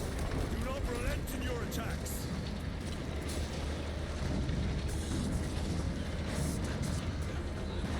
Never seen orcs do that. Makes them easier to kill. You have yet to see the worst. Oh, I look forward to it. We are wasting time. Proceed through the gates. It's amazing that even a few of those survived. It's amazing even a few of those Cadians survived.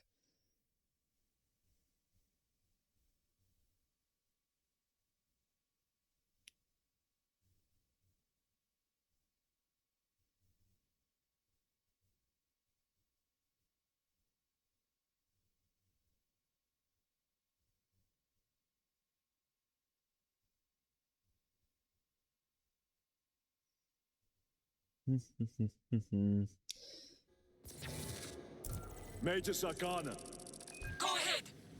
we met with one of your squads. Thank you, my lord. I shall give them new orders. The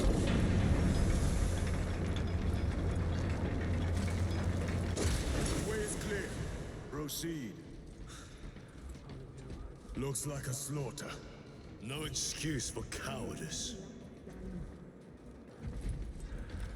Yeah, that entire time, they were talking shit about the Cadian soldiers. That's how you can really tell the true level of disparity, the true level of just the sheer difference, basically, of, you know, the disparity, yeah, between Space Marines and normal everyday ass humans, is that You know, like especially the Ultramarines. You know, they have a chip on their shoulder. They're the kind of people who are so confident about it. You know, about what they are and who they are that it borders on narcissism. Grabbing equipment.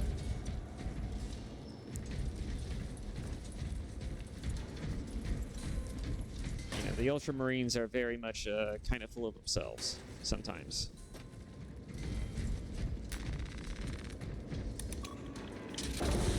But, you know, they kind of earned that because, you know, not only are they the most successful Legion with the Primarch that's also the best leader and the best, one of the best Primarchs to ever exist outside of Sanguinius, but, you know, like, he's also, you know, like, you know, he's just very competent.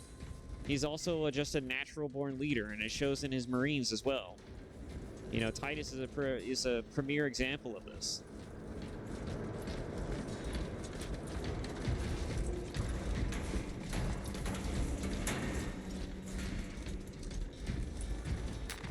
Xenos monstrosities flanked us.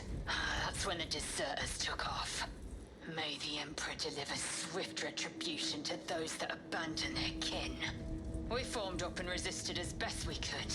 Pulled back by inches, retrieving weapons from the fallen. We will fight to the end. For Cadia. For the Emperor.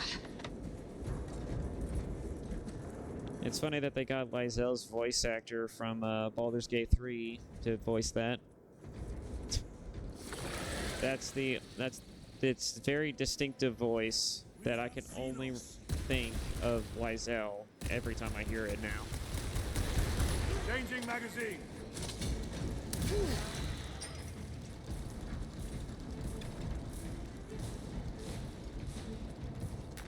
Very good.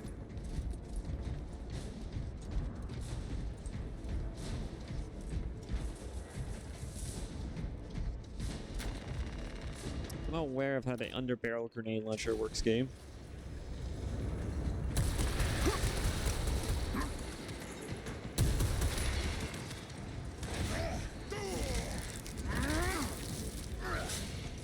Need to reload.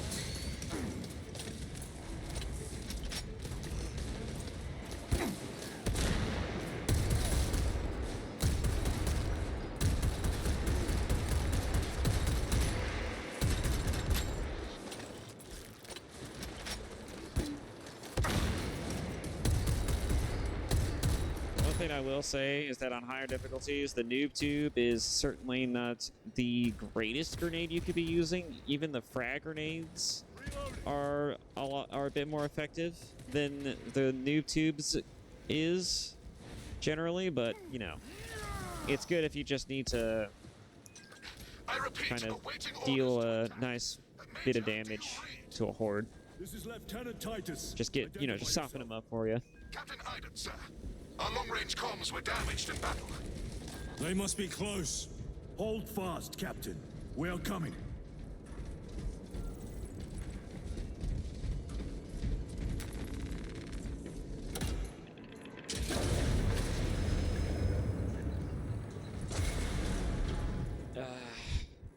Give me 1 second. There we go. One moment while I get a drink. Okay. There we go. After popping some of that medication and some getting a drink, I'm ready. Sorry about that. I mean, it was kind of just a second of pause for you guys. It was kind of a whole ass moment for me. Let us get to work.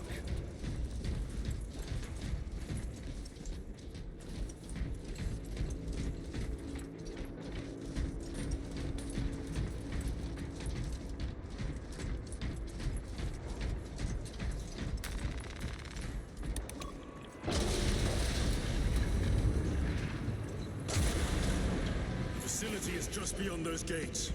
There must be a console that opens them.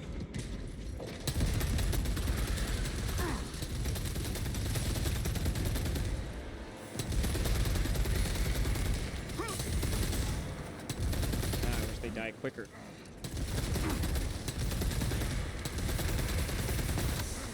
Damn it. Oh, there was no destructible barrel. Damn it. Thought there was. Alright.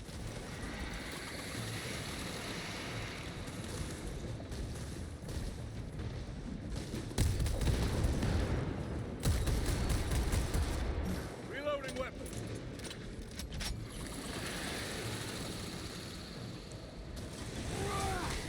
Gotcha. Target destroyed.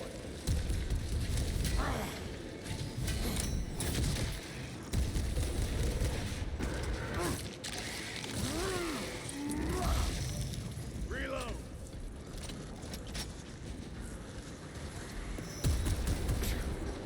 Okay.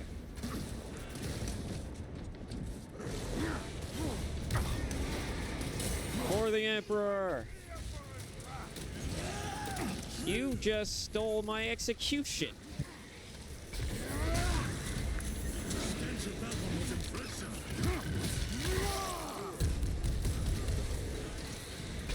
That usually does not happen, by the way. The AI does not always steal your execution, but when it does, it's annoying. It's one of the reasons why I'm actually kind of glad that they're not, you know, they're not that aggressive. Because if they were any more aggressive, they would be annoying. Need to reload.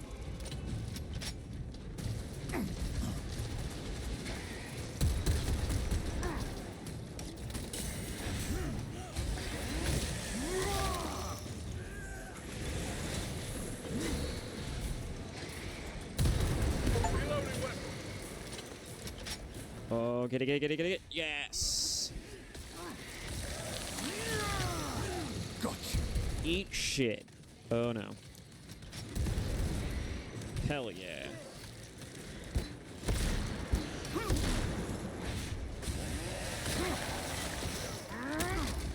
Don't be afraid to take some time away just to deal with something else if you need to. You know, like, these guys get staggered for a long duration of time, an uncharacteristically long duration of time.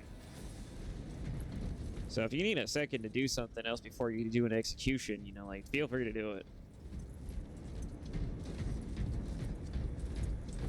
It takes them several seconds to get out of being stunned.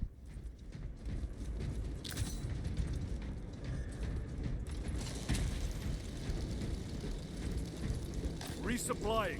Oh, the heavy bolt is right there. Alright. But the plasma gun should be just down here.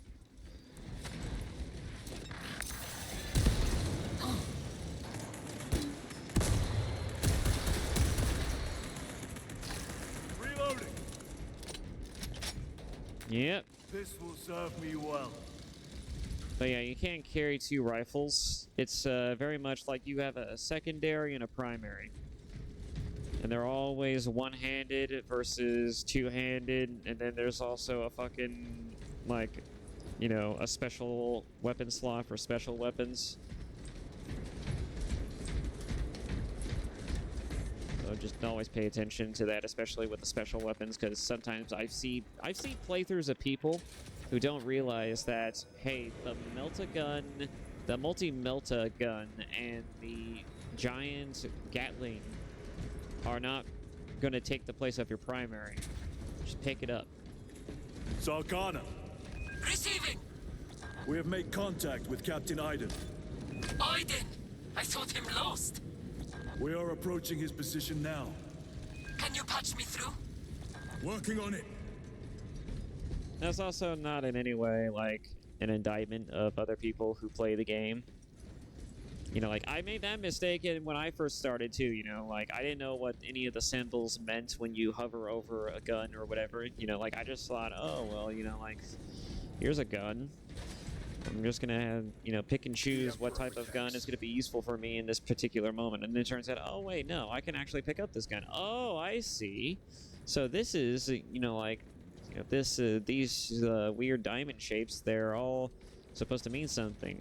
The first diamond shape means that it's going to be for the secondary. The second one's going to mean it's going to be for the primary. Third one, you get the point.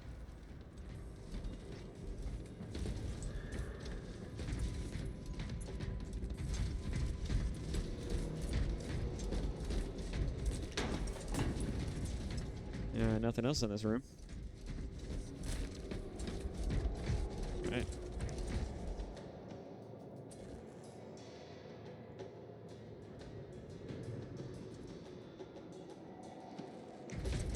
This game just looks so good. It looks so pretty.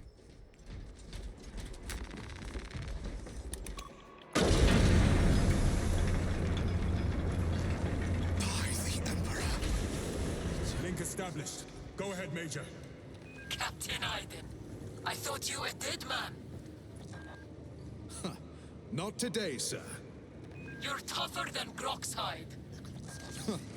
I'll take that as a compliment. Aiden, we need to take back those orbital guns. I've got armor ready to roll.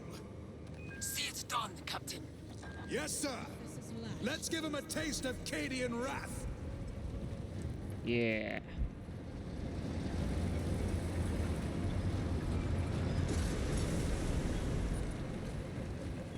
Guardsmen, honor your Emperor! With great pleasure, my lord!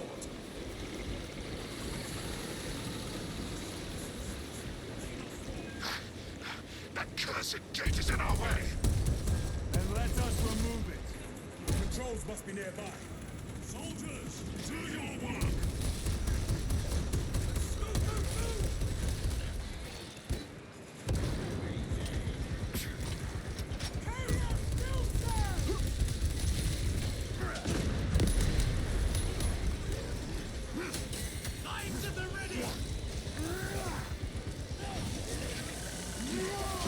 I almost did not get that. I almost did not get that. Make use of them.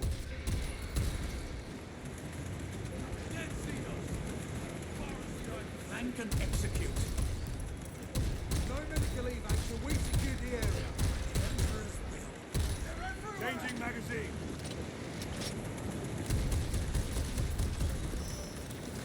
Pressure on that wound.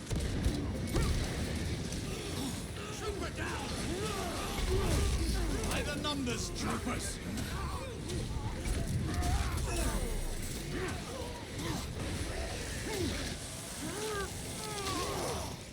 Reloads for artillery!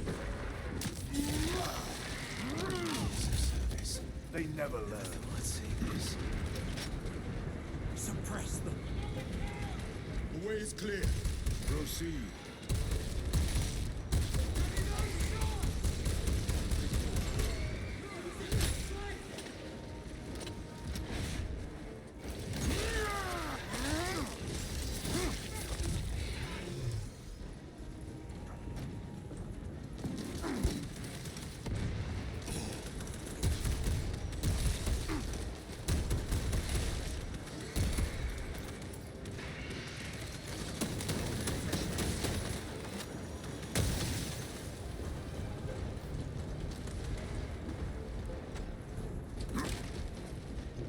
Restocking.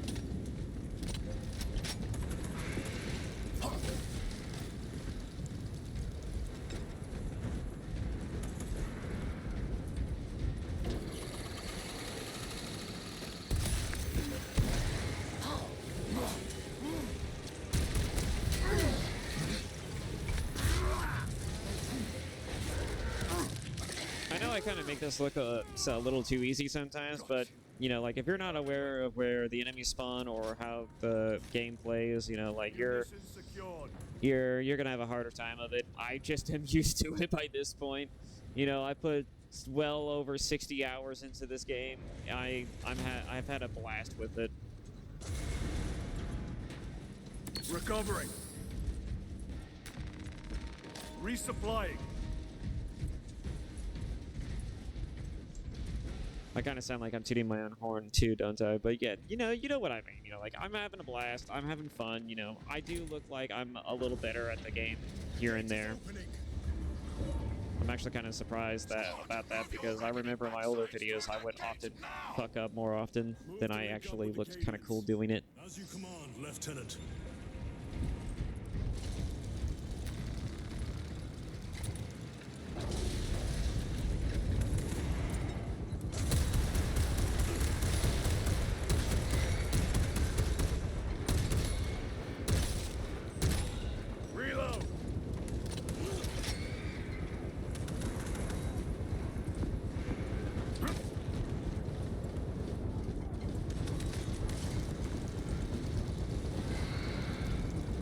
know, I would like to play some new games on the channel too.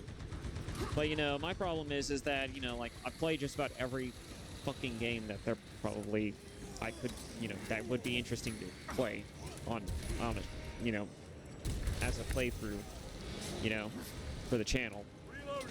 I have that problem.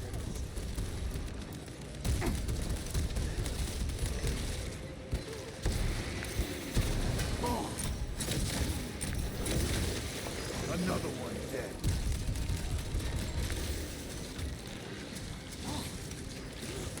Okay, I'm done with you. Done with you.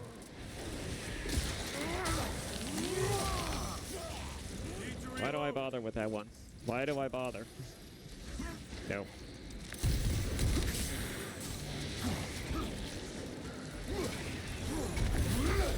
Ah, fuck. Come on. Oh, wrong button.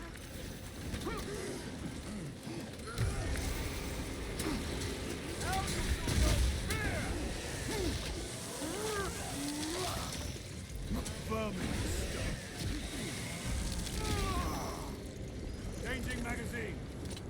Playing as Titus, by the way, is pretty good. His abilities are really come in clutch sometimes, especially if you don't want to waste a stim. A little redecorating will speed things up, my lord.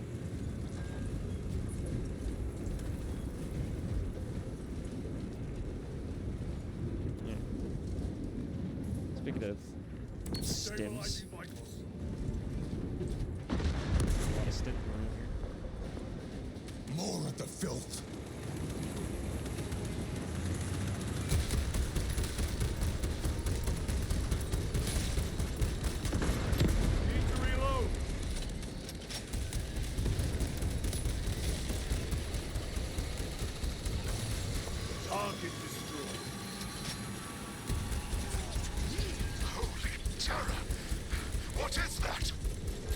Through. Take it down. While it lives, the other creatures are harder to kill.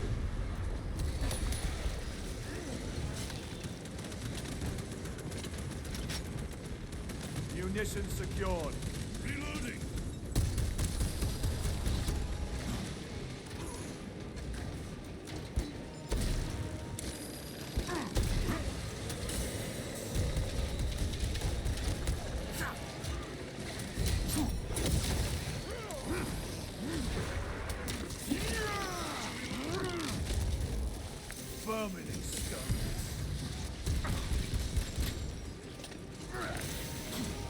Oh, wrong button. I hit my execute button.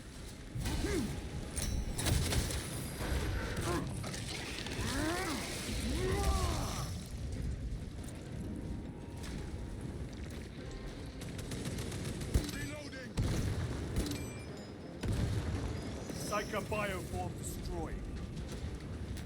That was a tad disrespectful. Major, we have retaken the facility. Praise the Emperor. Boarding a Valkyrie now, heading to you.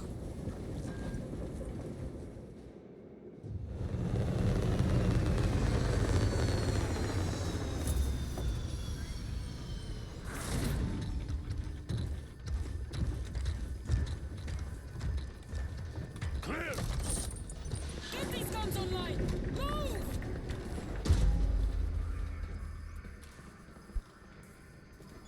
We'll punch a hole in those hive ships so big you can fly a frigate through it! It won't let that happen without a fight. It's... The hive mind. The Tyranid's powerful collective intelligence. Not to be underestimated. Major! The guns are in a zero state of charge. It will take time to wake the machine spirit. Hurry! The Tyranids will throw everything they have at this facility. This is Major Sarkana. Divert 2nd and 3rd platoon to the orbital guns immediately. Copy that, sir. Let's show these bastards what the 8th are made of!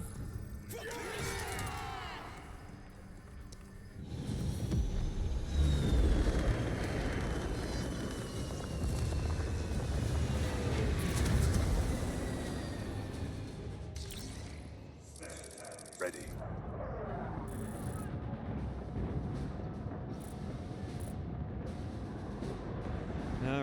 orbital guns. 15 minutes later.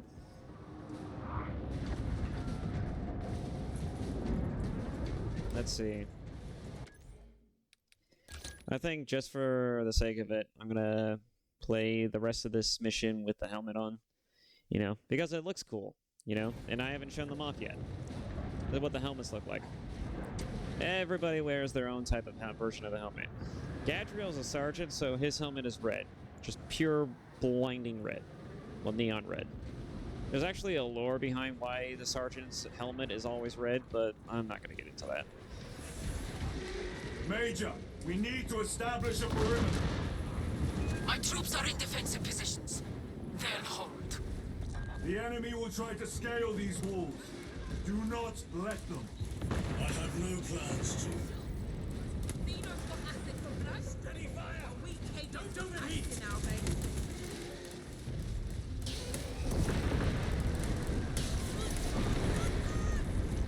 Northern wall is breached. Concentrate your fire. No hesitation.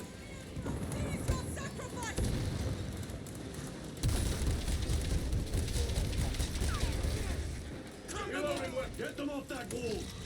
A well-placed grenade will fix that. Keep on your feet. Be ready to move.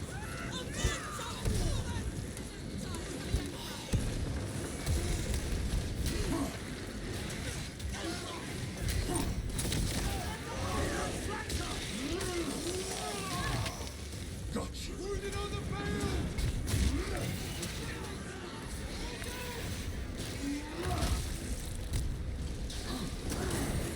Ooh, what the fuck was that? Ooh, I want to get that. Please, yes. Oh, I got hit by a drop pod. That's amazing.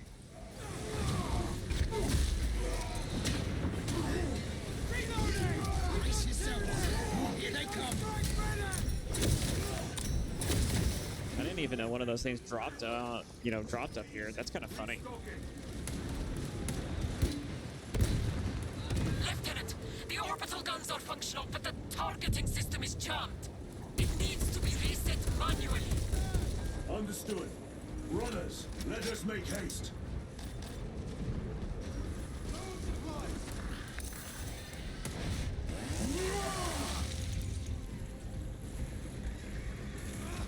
Push them back!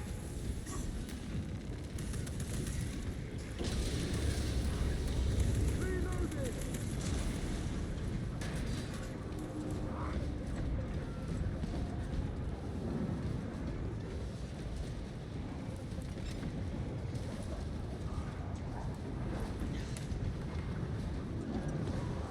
I was about to say, what's the holdup?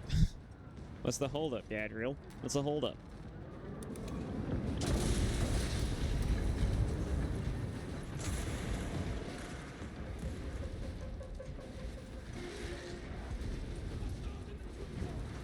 Switching magazine. Crack grenades. Crack grenades are different from frags in the sense that they do a lot of damage, but only if you manage to stick them on an enemy. They're basically plasma grenades from Halo. Yes, my lord.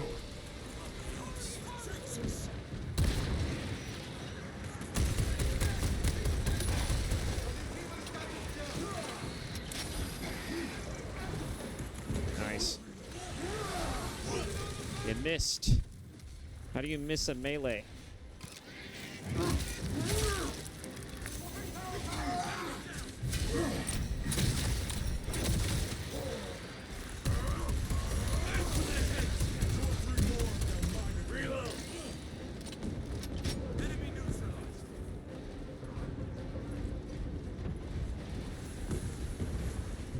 My lord, this elevator will take you up to the controls.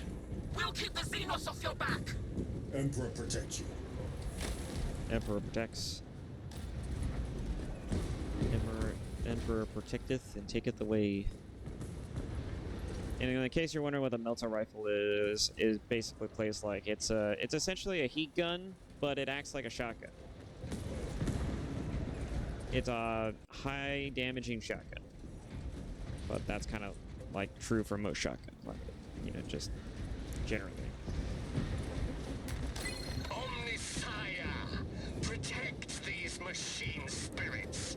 Keep safe their holy mechanisms, but let their data be lost.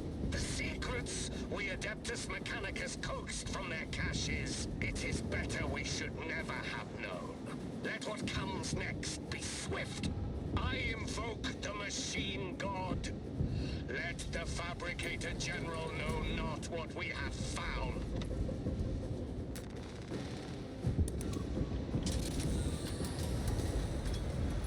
Major Sarkana, we are almost at the targeting system. You need to manually raise the petals of the satellite dish. We will see it done. We shall see it done. Major, I see the mechanisms. Stand by. Oh yeah, here we go. The Tyranids have taken notice of you. Let them come. Keep them off me while I get this done. Feel bad for that Cadian over there. Ow.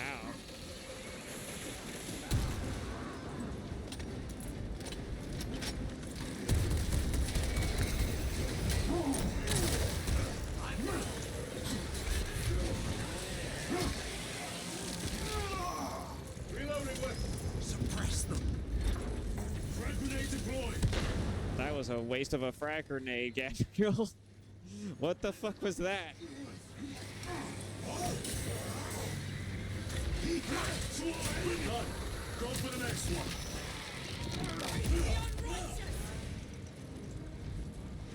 Okay. I managed to get that. Execute.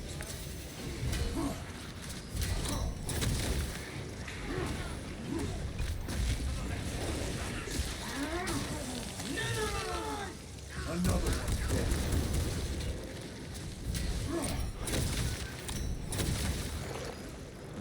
Reloading.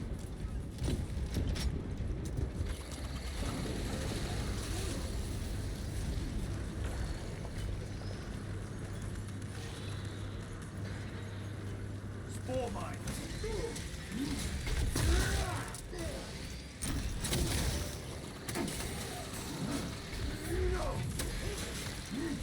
My lord, we cannot use the guns until we raise those petals. Oh, damn it.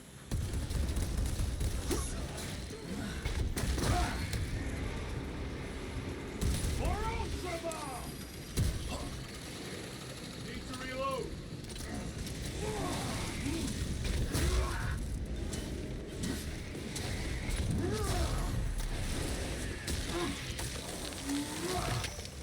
Vermin exterminate. I need the extra armor.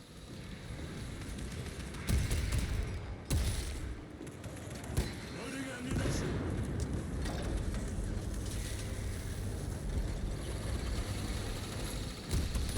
One left.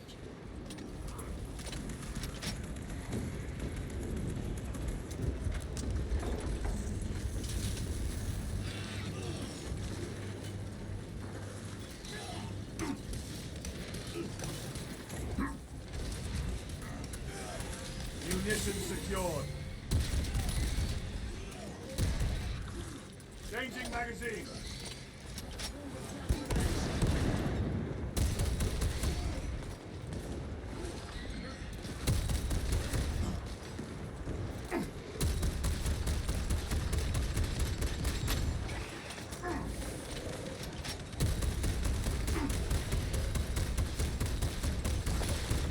Target destroyed.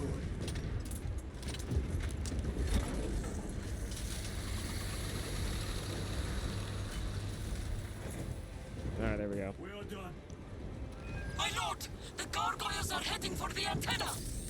They need to destroy the targeting system. See that they fail.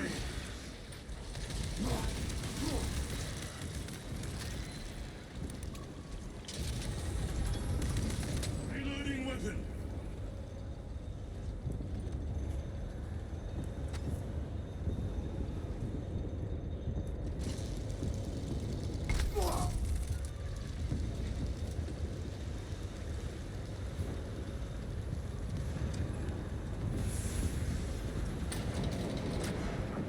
Resupplying.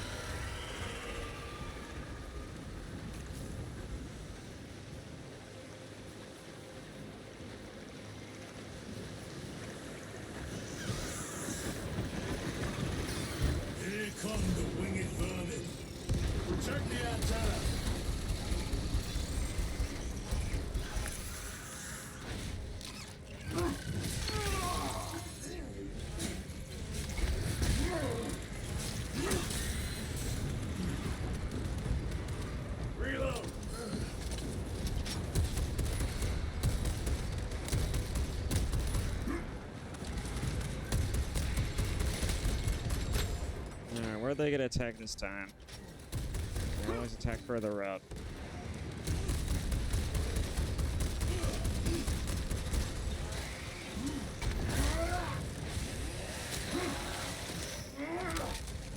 Gotcha. Oh yeah. More gargoyles headed for the antenna.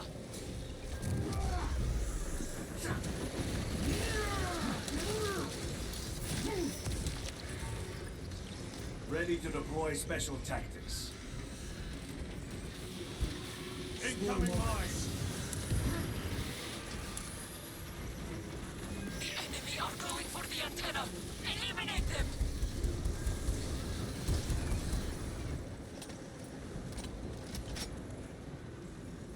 Resupplying.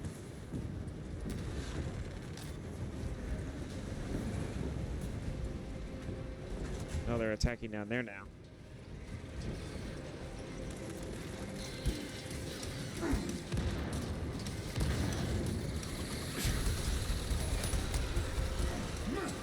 The enemy have damaged the antenna. No duh.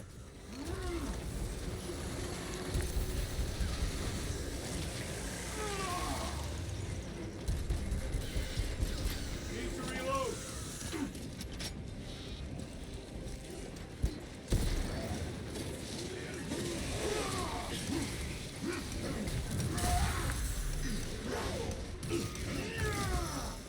The enemy have damaged the antenna.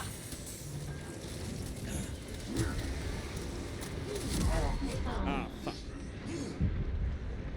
That was a waste of an ability, by the way. I hate that.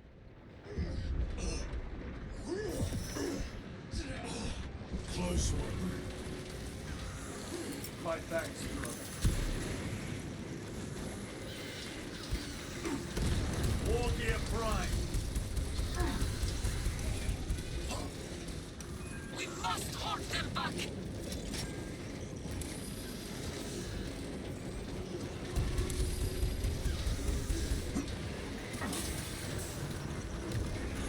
Oh, I got it back. Sweet. They never learn. Oh, I forgot this thing shows up.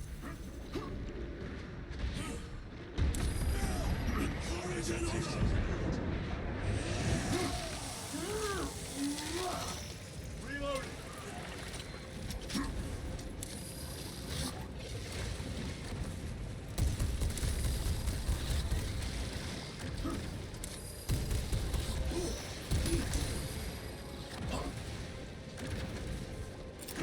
Deploy frag grenade.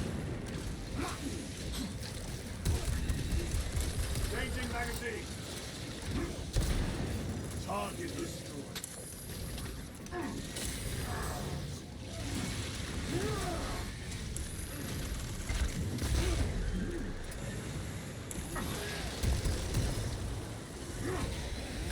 I knew that.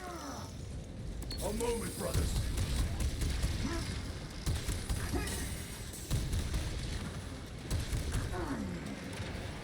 Oh my god. Oh, for fuck's sake.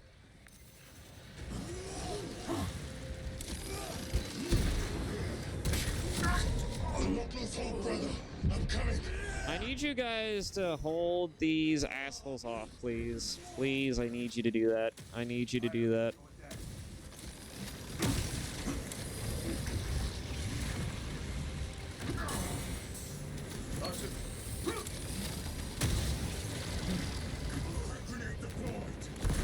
Munitions secured.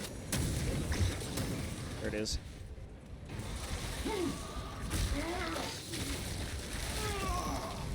Hell yes. Where's the other one? Got you. Oh, it's dead. Okay. Guns are ready. Use the terminal to begin targeting. Alright, it's done. It's dead. Okay. Good to know. By the way, you can get rid of the... If you get a mortal wound, you know, it usually means it's your last life. You can't die, otherwise you will die permanently. But you can actually negate it if you use enough stims, or you get... Or I guess if you get all the way to full health. I don't know how that works, actually. But I'm pretty sure if you just use a bunch of stims, it'll do it. Target's locked! Let us relish the sight of those vile ships burning!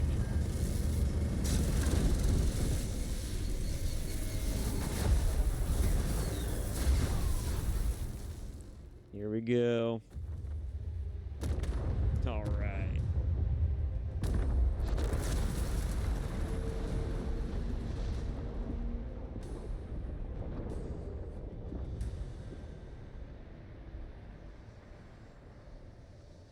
Yeah.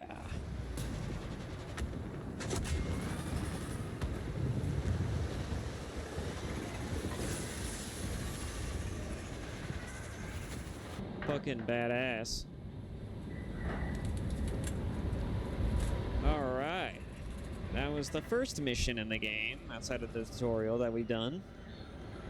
Man, we did all that under 3 hours, and even with all my yapping, Jesus. Man.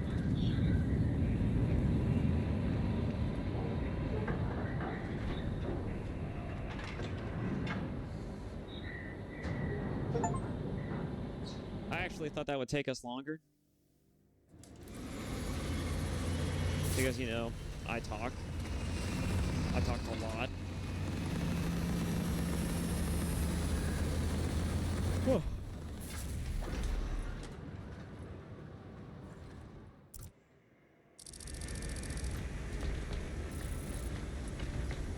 Lieutenant, Captain Akaran has new orders for you. Very well. Where is Elian? The enemy tried to smother us. We got separated. By the time we had slain the attackers, Elian was dead. Something put a hole clean through his helmet. I should have been with you. I only wish he had lived to see that hive ship burn. I fought beside Elian for 2 decades. He could not have been defeated by Hormagaunts. There are creatures more deadly than Hormagaunts down there. You should not have let our squad be divided.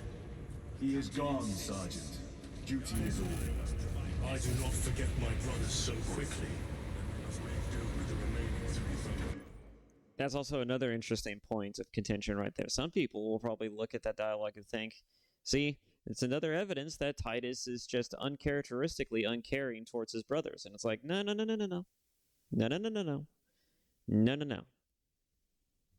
He used to be a member of Death Watch. He was also a Black Shield.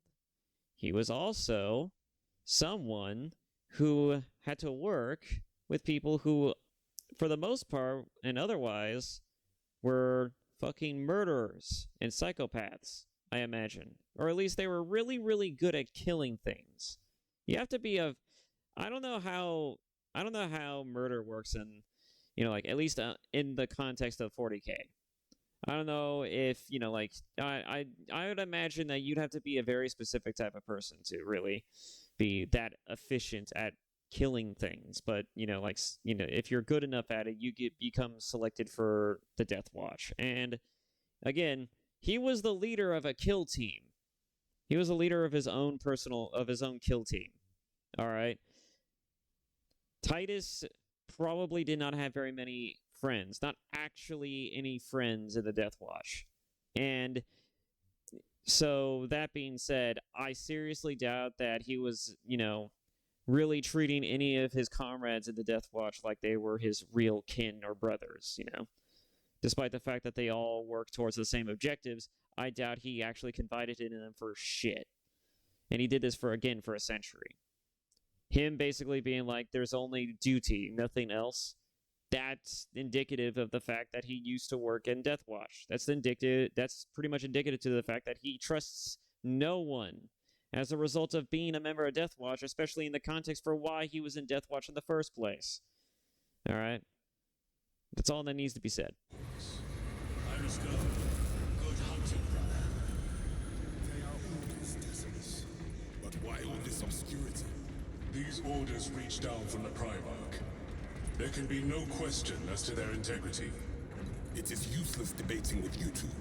I would get more sense out of the statues at the Temple of Hera. In case you're, well, no, you're not really wondering, but these characters are essentially going to be the characters you can play as in the PvE section. You can put helmets on them and everything. You can also change up their colors. They don't even have to look like, you know, the Blue Boy Scouts.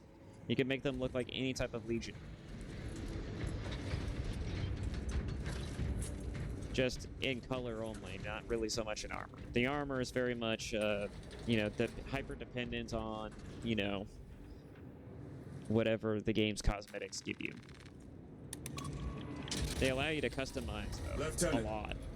I was informed you arrived with Lord Kalga. Did you fight with him on Vigilus? I've read through those battle reports more than 100 times. A masterful defense. My duty kept me busy elsewhere. You have an unusual service record. That is my good fortune. I thought that might be a good time to do that. If you have the helmets on, the voice changes to suit the pitch of the helmet. Which is nice. I like that. I have the Mechanicus on Vox. They can wait. This is Nozick Beta 12, a Mechanicus Archmagos. He should have been aboard this ship an hour ago, but he refuses to leave Kodaku without some data from his lab.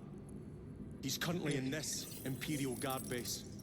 His facility is here. The enemy is closing in.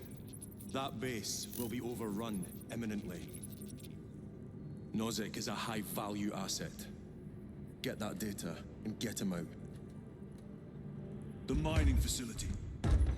If we rupture the staging tanks, direct the flow into the valley, we can ignite the fields around the base. Boil them in promethium. I'll give you command of a small team to hit the staging tanks. 3 men. That's all I can spare. Brief them immediately. Yes, Captain.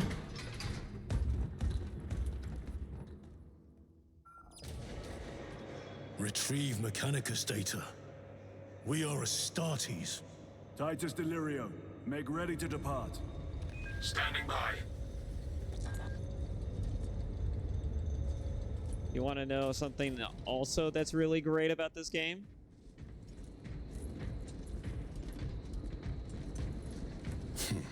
Well, well. Lieutenant Titus. We are told you have need of us, brother. My squad must recover data from a Mechanicus research facility in Sector 41A. A large enemy swarm threatens to overrun both that facility and an Imperial Guard base to its east. You will sabotage a Promethium refinery to delay their advance. We will not fail you, Lieutenant. Let us burn the Xenos filth. Time is short. I will brief you on descent. Brother, Magos Gallio wishes to see you in the armory. Noted. See that right there is going to be your introduction to the PvE segment of this game. Operations mode. Operations mode is the bread and butter of this game. Alright? Operations mode essentially allows you to get out of the constraints of the single-player campaign and indulge in the wide brevity. For this task, then get one from the armory immediately. We must burn any biohazards clinging to the fuselage before the flight crews.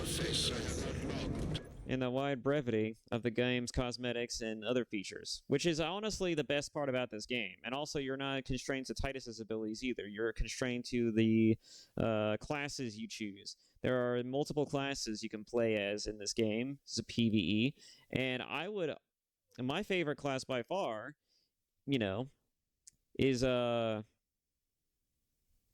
on, is my mouth doing weird shit again? No, it's not.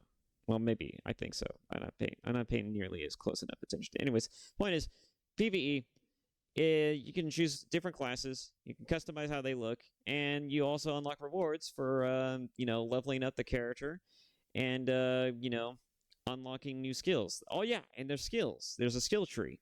Unlike in the single-player campaign, where there is no skill tree. You know, what you see is what you get.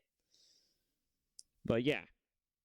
PvE operations, it's best part of the game outside of the PvP. I don't know about the PvP. I never played the PvP. I don't care about the PvP aspect of any game, not even games where it's, you know, kind of the bread and butter of that game, like COD or Halo. I like story and I like co-op campaigns, or I just like co-op operations of any kind. I like co-op gameplay, if of any kind, if anything.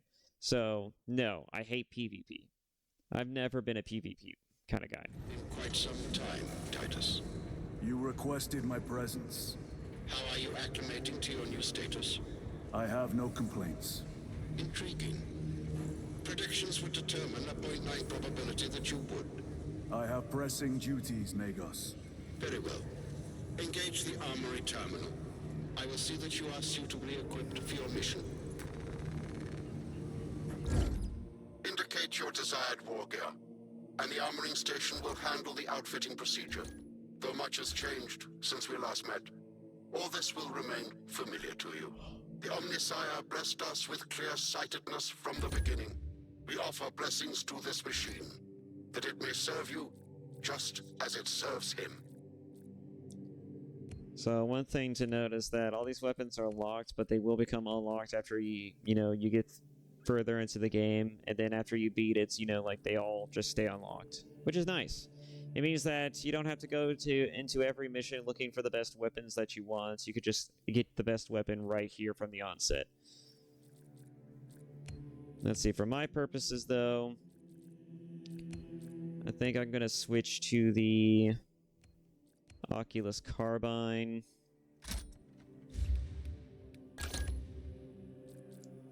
And stick with a plasma pistol. Definitely not taking a 9, I can tell you that much. And then because I also got the, I had gotten the game pre-order, I got the DLC for it, which just changes a few guns and looks, as well as like some cosmetics on Titus himself. That's it. Nothing substantial. The war gear selection seems incomplete. This armory is comprehensive, but available options are those recommended for the current mission. Very well. My thanks, Magos. Galileo will suffice. We know each other well enough for that. So yeah, that is Space Marines 2. That is the first beginning half of Space Marines 2. It's great. It's amazing. I love this game. I've had so much fun just playing through this fucking thing, having an absolute blast. I would recommend this to everyone. I would even drag my friends into playing it if I had the money to do it. I would fucking support anyone who plays this game. I love this game. I want more people to play this game. I want more content for this game, but also I want more shit to do in the game, and I also want more variety in the gameplay. Like, the gameplay loop is fantastic, but give me other shit to do. I would even be happy if Saber just said, you know what, we'll fucking add a horde mode. It'll probably further increase the dullness, the likely possibility of you getting sick of the gameplay even faster, but god damn it, I would love to see a goddamn horde mode for this game. If nothing else, just for the pure, unbridled enjoyment of just unleashing carnage against a swath of enemies. This game is built for that, and I want it. I want it so bad. But yeah, that's Space Marines 2 in a nutshell. I cannot wait to play this game further down the road, and also further talk about like some of the great aspects of it, the pros, the cons, as well as some of the things that I've heard about the game from other people that I kind of agree and both disagree with. But yeah, fundamentally, this game is the bee's knees. I think it should be like, if I had a contender for Game of the Year just purely by gameplay, this would be it. This is my contender for Game of the Year. Also, Dead Rising, the deluxe remaster just recently came out. I already have that game. I'm probably going to play through that as well on the channel. So that's going to be something to look forward to as well. I'm already playing through it on my main account. So, and I've already beaten the game like 3 times, back before it ever got remastered, when it was just the base game. And I was also a fucking like high schooler or a middle schooler. I don't even remember anymore. Point is, So many things to look forward to. This is Naven Gaming signing out. Thank you all so much for watching the video, if you had, in fact, made it this far into this video. And see you all in the next one. Bye.